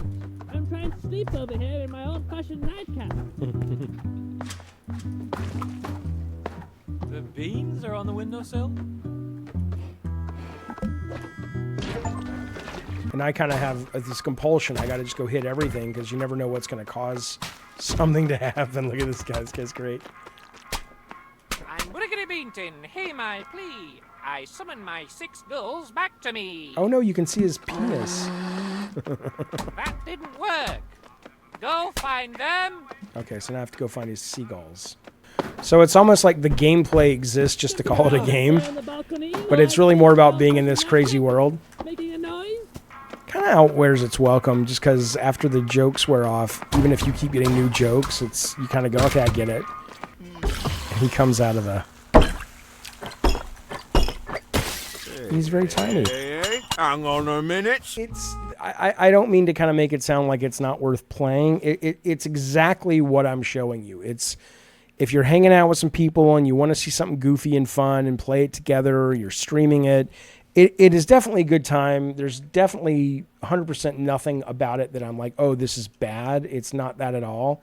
I don't find it has a lot of momentum to keep you going as much as I love the world and think it's funny. Let's see. An impressive, super creative, playable cartoon, says this guy. Extraordinary artwork, sound design. However, as a game, it's kind of boring. This is a user review. Pretty much an interactive movie with little gameplay. There are, quote, puzzles, but most of them are solved by slapping everything in sight.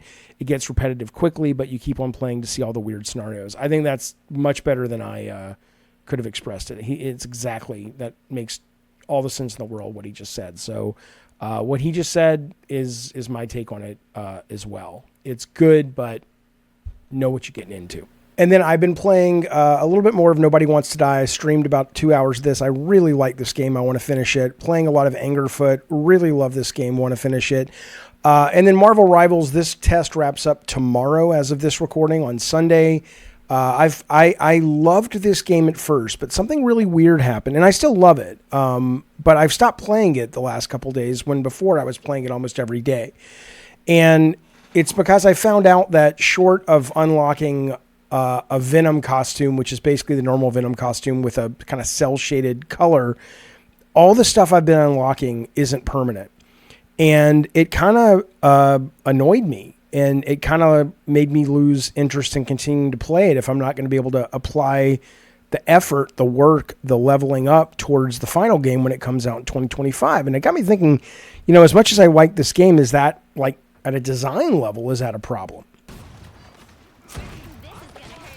Oh, he's got the Hulk, okay, so see that costume right there? I fucking want that, but there's no way I'm going to work my ass off for it, for a costume that's going to go away and I'm going to have to re-earn. But it is interesting, playing it again, I'm reminded how much I like it, but it's just, without that motivation. What the fuck? That's awesome. Without that motivation to track after something, it really does, it lessens your desire to come back and play. And it doesn't mean the game's bad. It's just, the thing I keep thinking of are games like board games you play with your family that you only bring out 3 or 4 times a year. Card games like Uno, maybe you play, once every 4 to 8 weeks. There's nothing that I would be like, oh, this is a problem with the game Uno or a problem with the game Settlers of Catan. It's just that, without that stuff sitting on top of the game, you really are kind of left with this interesting demand that video games have to sort of be evergreen. And that's not necessarily a bad thing, because when they work, people seem to love them. But it is, I was just amazed how uninterested I got in playing this the minute I learned that there was not going to be any costumes that I could keep, because I unlocked Rocket not knowing that, but then I was heading towards Iron Man, the steampunk Iron Man, which is fucking awesome, and then I'm just like, fuck it. Oh, fuck you, Rocket Raccoon.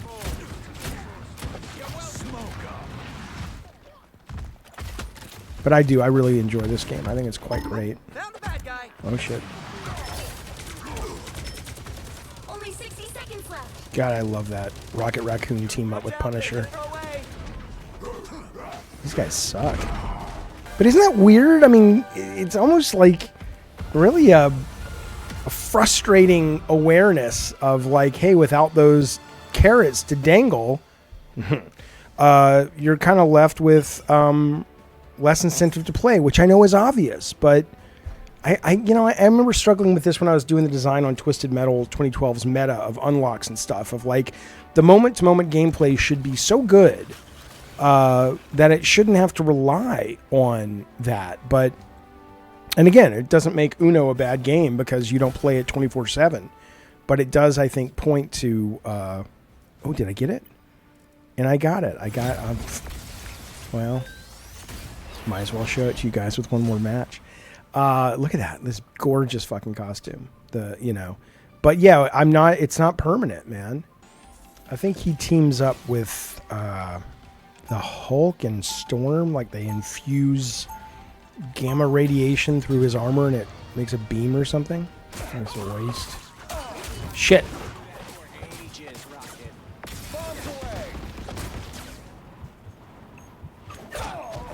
God damn it. Oh, that was Spider-Punk. I haven't seen Spider-Punk before. Yeah, that's good. The last thing I played this weekend that was new is this thing, Spectre Divide. I can't show you actual footage because I got into the stress test alpha there's people putting their footage online anyway, but I would rather respect the developers, and they would prefer us not to share the footage, so I won't. But here's their trailer. It's an interesting game concept. It's kind of similar to Splitfire from one of our members. We looked at his game a couple of weeks ago, and you saw it earlier on the show with his trailer, where you're able to kind of shoot someone and transfer where you're positioned in the environment. It's a little bit different. You have these things called Spectres, so you have you and you have your Spectre, and they both can be customized differently, different weapons, gear, whatever. It's 3v3, which ultimately is 6, because each person has them in their Spectre, so that's 2 times 3, so 6 times 6 basically. But when you're not controlling your Spectre, there's no AI. They're just standing there like they're these sort of shells waiting for consciousness to come fill them in. And so it's interesting. And you also have these little hockey pucks that you can lob, and wherever they land, if you hit a button, you can transfer your Spectre to that location or you to that your location. So if this had been a single player game, I would go, okay, this is really interesting. But as a multiplayer 3v3 team-based, free-to-play, service-based shooter, it's just not compelling. Having to babysit this ghost in the shell, or it's not even the ghost, it's just the shell, and you're jumping between the two shells. It's probable that there are some really interesting strategies that come from that, but they didn't seem evident in the 4 or 5 matches that I played. And not only that, but it just felt like frustrating to have to, like I said, babysit this thing. And whenever someone gets close to it, you get a warning. So you're having to jump between the two. And it almost feels like, what's the point? Like, I'd rather, maybe if both of them survive at the same time, your damage you do is more, or you have faster respawn or whatever. But, and that might still not be worth it. But without any of that, at least I couldn't tell there was any value. It was just some thing you have to keep an eye on, and it distracts you from the main core of the game, which is a basic kind of, plant the bomb or defuse the bomb shooter. So I respected it. It's interesting. It looks cool. It's kind of got a Mobius cell shaded, if you know the Mobius, the French artist who was just batshit talented. But it's just it's asking too much. A lot of shooters try to do this, and I respect it. Not a lot of them work. There's a lot of these like it's a shooter, but here's the twist. And a lot of times you can twist it. You don't want to twist it that much. You twist it just barely too much, and it becomes distracting, overwhelming, confusing.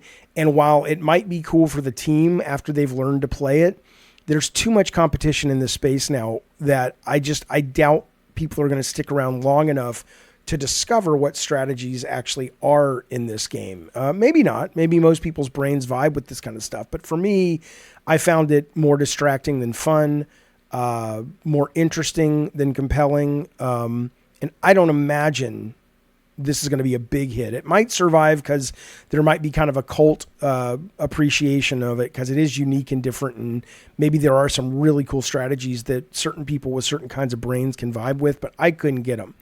The other thing about this is it makes me even more dedicated to this idea that any company, but certainly big companies like Sony and Microsoft really should stop putting out these kind of games when they're done.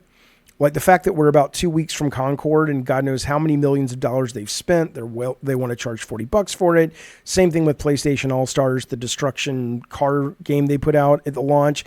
It's like this team, and again, I don't know how close this game is to shipping, but you could do a prototype that tests out this game, assuming you've got your basic template, which Sony and Microsoft do for just kind of launching and running these kind of games. You could put something out on the internet that would take you anywhere from 2 to 4 months, probably a lot less, just to test out the core concept. And you would know this team's going to know by Monday if this thing has a sticky factor enough that they're off to the races. But and let's assume they haven't spent much on this. Then you can walk away and feel okay about it, because fundamentally your core idea, I don't think it works. I think it pushes people away, as cool as it is. And in that, how are you going to fix that, right? That's the essence of what this game is. You could strip it out and just make it a standard shooter that's cool looking. Maybe that'll work, depending on your business model. But why would you spend what you're spending on Concord if you could already tell it wasn't working a year and a half ago. So I think it's a much smarter move, and I think it is the future of how these service-based games get made, that we're going to start seeing more and more of these prototypes come out, and if they work, they go back in for a couple of months, they polish them, they add stuff, they come back out, they in out until it's like, okay, much more early access, very, very early access for this stuff. Because again, all you have to do is play this and you'll know almost right away if it's for you. And I would be stunned if this game found a lot of fans over the weekend, but I could be wrong. But I've been playing this. We'll see what happens. Great look though. Love the idea, appreciate the idea, but twisting a shooter is hard. Splitgate, is that the one? The one with the portal meets shooting? That's one of the rare exceptions. I guess you could argue that Fortnite with the building was a rare exception. I'm sure that seemed batshit to people at first, but most of these games where they try to do something clever like this end up just sort of going to the first-person shooter competitive graveyard, and I think that's where this is going. But it is cool. I wish them well. Spectre Divide, played a bunch of that. Well, not a bunch. Played about 4 or 5 matches this weekend. Then I deleted it and moved on with my life. Some real quick notes before we jump into the red phone calls. Ed Boon leaked this image from Mortal Kombat 2, the movie.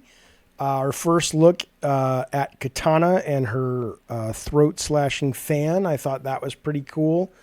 I don't think Ed would mind. Ed sent me a picture this weekend from Comic-Con. He was there. I didn't go this weekend, and he took a picture of the Twisted Metal booth with Sweet Tooth. They had a cosplayer there, or an actor. I don't know if it was part of the deal or just somebody dressed up and took a picture there. But it is really neat, man. Obviously, Ed in his games, well, I mean, God of War is arguably, in some ways, as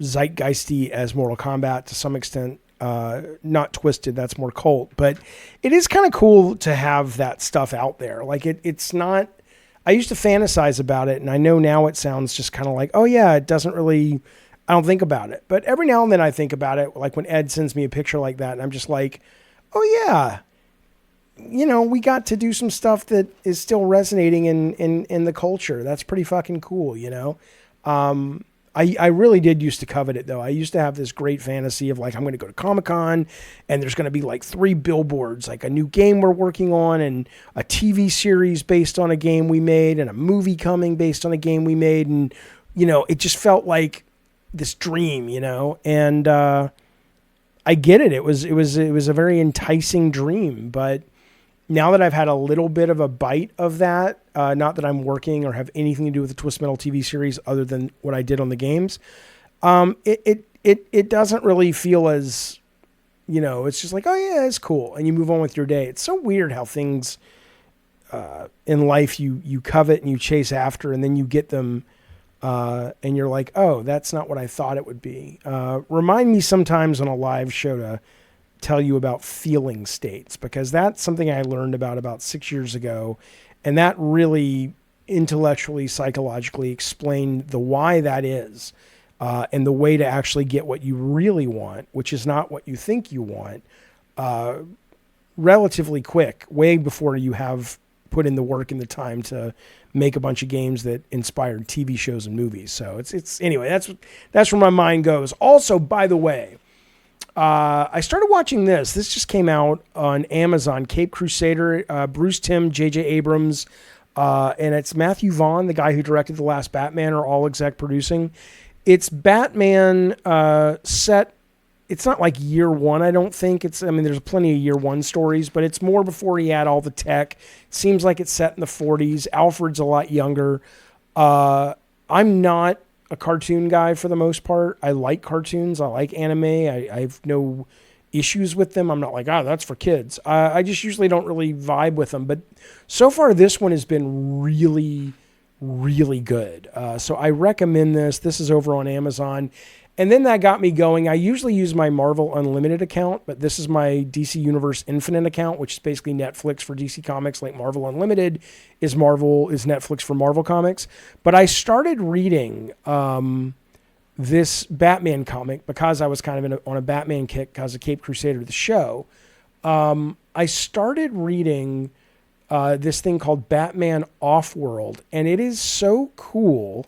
Here's the high concept, is that he fights this guy that turns out to be this badass fucking alien, almost like Predator in some ways, in Gotham.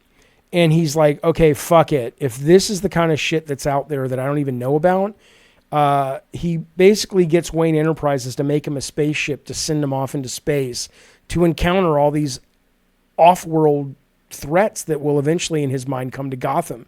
And it's fucking crazy. I mean, it's like Batman meets science fiction meets Star Wars, and it's really good. The third issue I just read.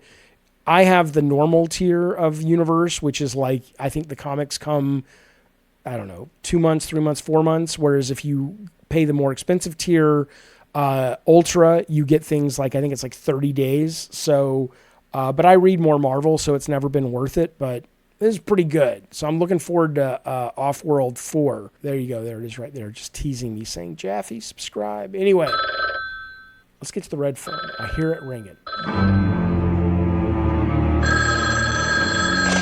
Leave me alone! Jill, this is Sergeant Sacker. Listen to me.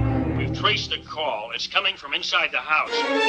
Yep, it's time for the red phone, folks. If you want to call the red phone and leave a message to get on the next show, if it's a good question, a good topic, a good point of conversation, not a problem, pal, hit me up at 619-786-3431 and let us know what's on your mind. Now, listen, we got ourselves a call. I don't know what this fella's name is, but it's an interesting question. Here we go. Hello? Hey, Jaffy. I was just wondering if there was ever an odd video game peripheral you used or liked the idea of in your lifetime. Thanks for taking my question. You got it, pal. Yeah, I mean, well, okay. A couple come to mind that I've actually messed around with. One was a game we were working on at Sony Santa Monica for about 8 months. It was like a passion project of Alan Becker, who ran the studio around 2006-ish, I think. And he was really into mind control stuff and kind of supernatural and psychology and, paranormal stuff. And so we were working with a developer trying to come up with a game around this technology that it's still really, nascent, certainly taking the waves and affecting the video game. It's different than the Cyberlink where they're plugging the shit right into the brain pan there. But yeah, I mean, that was kind of cool. I played around with some of that at Sony. I played around with some of that with other peripherals similarly at a CES. Not a CES, a GDC, Game Developers Conference. It always kind of sort of worked, and sometimes you didn't know if it was working because you were consciously trying to move the rock like a Jedi mind trick, or if it was just... You could have been thinking about anything and the rock would have moved as long as any brain wave was being picked up. So it was interesting. One of the ones that was interesting and successful was the very first Tokyo Game Show I went to. And this was before the Wii and this was before the Move Wand. And so it was really interesting when the Wii came out and everybody was acting like, I've never seen such a thing. And I'm like, but this was 2003. I got this at my very first, again, Tokyo Game Show. I don't know if I got it at a store or if there was also, I think there was also parts of Tokyo Game Show where they were selling things. And it's basically a Dragon Quest sword, branded sword, that you have a little disc that sits in front of your TV that this is wired to, or it's remote. I don't remember.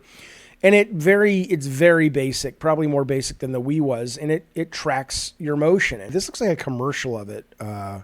So here's the kid that has it. Let's see if it shows you gameplay. Yes, you can kind of see. It was just sort of like an old school 16-bit style shining in the darkness wizardry first person, and you'd swing the thing, and you might be able to block if you held it up a certain way and stuff. It was cool. I enjoyed that. Here's some that I've heard of, but I haven't played. I literally Googled arcade finger in the butt because we've talked about this before on the show. I just love these fucking bizarro Japanese arcade games. I guess there's a thing in Asia. It's not just Japan, but this is where I heard the game came from, which is like a little goofy, wet willy thing, but instead of putting your wet finger in somebody's ear, you put your fingers up their butt. I don't know. Well, here's one where I thought was cool where you pee And depending on how well aimed your urine stream is, you can kind of guide the racer down the hill. That was pretty cool. But this is the Bunga game. And this is the one where you kind of put your finger in the arcade machine's buttocks and you can kind of choose who you want to. It says spank them, but it's not a spank. It's a, oh my God, there you go. And you can put your finger in it. I don't know. Thank you for the question. I don't know. Japan's weird. Well, Jeffy, big fan. Definitely hope to become a Patreon member someday. Thanks, sir. Quick question for you. What do you think the Game Pass cloud-only option could look like? As a person who is a big-time gamer, but due to financial reasons, I cut down from consoles and PC gaming to strictly streaming. Whether it's Game Pass or GeForce Now, that's my primary way of gaming. So a cloud-only Game Pass option does sound intriguing. However, I'm afraid it's not going to include day one drops or anything along those lines, which of course I love. So I'm curious what you think a cloud option would be. Love you, man. Take care. Thank you, buddy. Interesting. Well, okay. Well, you're going to have to educate me a little bit on this because I know that there are these new tiers that Microsoft has put out, Core, Ultimate, some that are just PC only. The only one that includes the cloud is the new $20 a month deal, which is Ultimate, which gives you console, PC, and cloud. So I don't know if you're aware of or you're proposing or asking about what if there was just a cloud option.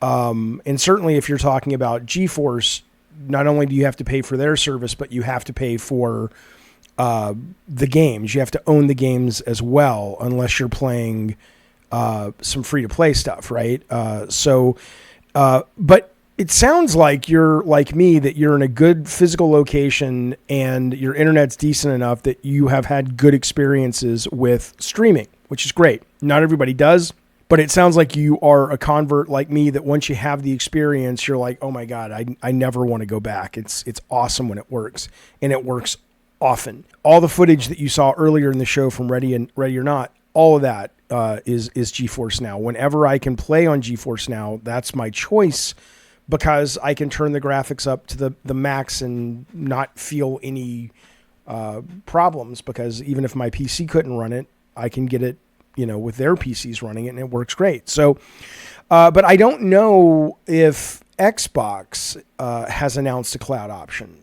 only, and I don't know if that's sort of on the cards, because it's still a relatively new and unproven way for people to game. So I don't know. I think it's really interesting that you've chosen to just sort of only game on the cloud now. I don't know if you're doing it. I assume you're doing it through your TV. I have a Fire Stick to get Xbox Now in the living room. And I'm still playing mostly here because I'm sitting here a lot and I need to capture footage for the show and everything. But yeah, I mean, it's hard for me more and more, if you are living in an area where you're close enough to a server farm, it's hard for me to imagine an upcoming generation not going, well, of course that's the way I'm going to do it. Like it already feels antiquated to buy a console. So, but I'm with you on the, it'd be cool if there was a Game Pass cloud exclusive option. I haven't heard that that's coming. I don't imagine we'll be seeing that soon. It's possible, I guess. It's a good idea. I mean, yeah, it's a really good idea. So, but I think it's cool that you're only gaming on cloud now. I don't know if I'm going to, because the day one thing is the issue, right? It's like, even if I were to go, let's put it this way. I have no intention of buying an Xbox ever again. I have my PC. I have my Fire Stick. I've got my Game Pass stuff covered. Sony obviously, takes much longer to bring their stuff to streaming. And I don't know if I'm ready yet to sort of go, I'm ready to abandon the day one drops from first party that I want to play on Sony, but you never know. It's a good question, interesting idea, but I haven't heard anything about that. This is an interesting question, or not even a question, it's really just a comment. It's fascinating. Listen to this. Hey, Jackie. I don't really have anything to say. I just want to let you know that I have a big dick. It's very big. But see, my issue with that, and I appreciate your pride, and everybody should have pride in their body. If you have to tell me it's big, maybe it's not very big.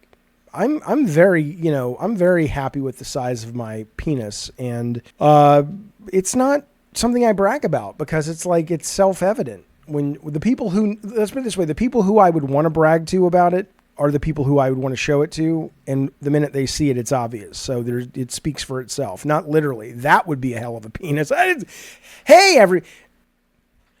Speaking of weird penises and things, I saw this movie the other night, Lisa Frankenstein. Watched it with Cal. You seen this movie? It's really cool. It's like a high school version of the Bride of Frankenstein, Frankenstein's monster, with Cole Sprouse from Riverdale and the girl who plays, is it Stature, Ant-Man's daughter in the Marvel movies?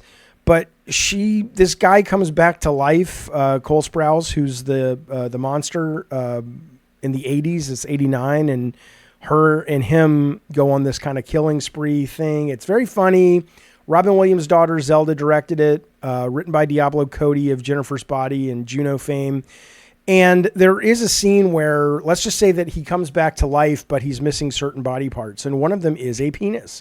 And it's quite a delightful scene when they figure out how to acquire a new one for him. So I recommend it. It's good stuff. It's on Amazon Prime. I'm sure it's everywhere, but if you have Amazon Prime, you can watch it without paying anything else other than your Amazon Prime subscription.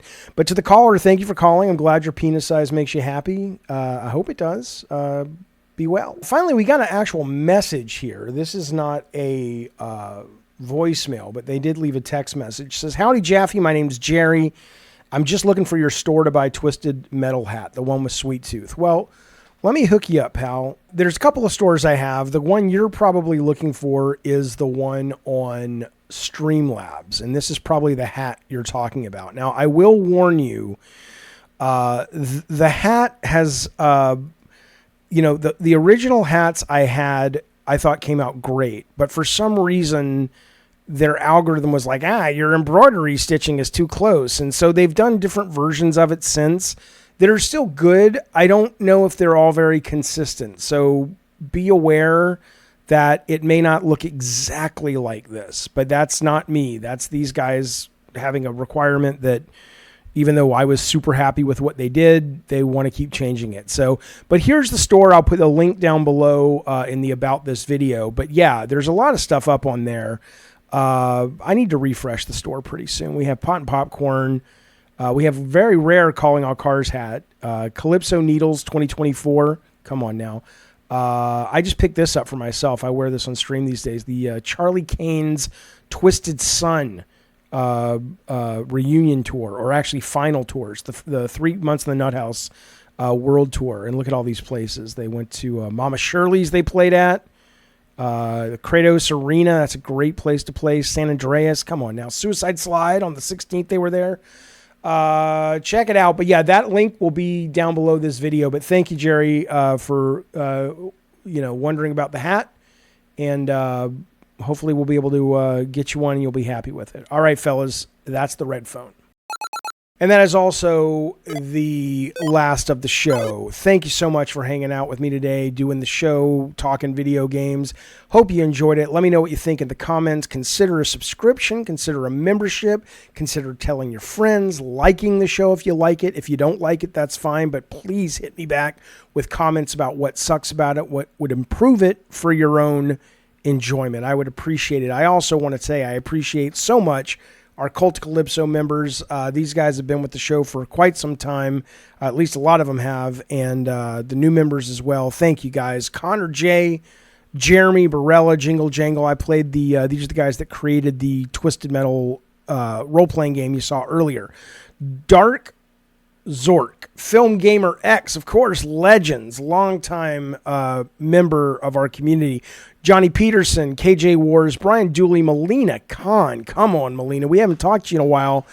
We used to catch you up on the late night streams, but hopefully we'll see you soon. Hope you're doing well. Slow Loris, Sean Dunlap, Connor Steinbach, of course. Golf Franchise, of course. These guys have been here forever. Lutron, Rocker Matt, Yorch, Muggin Dude, you guys. Paria Fahihi, come on, man.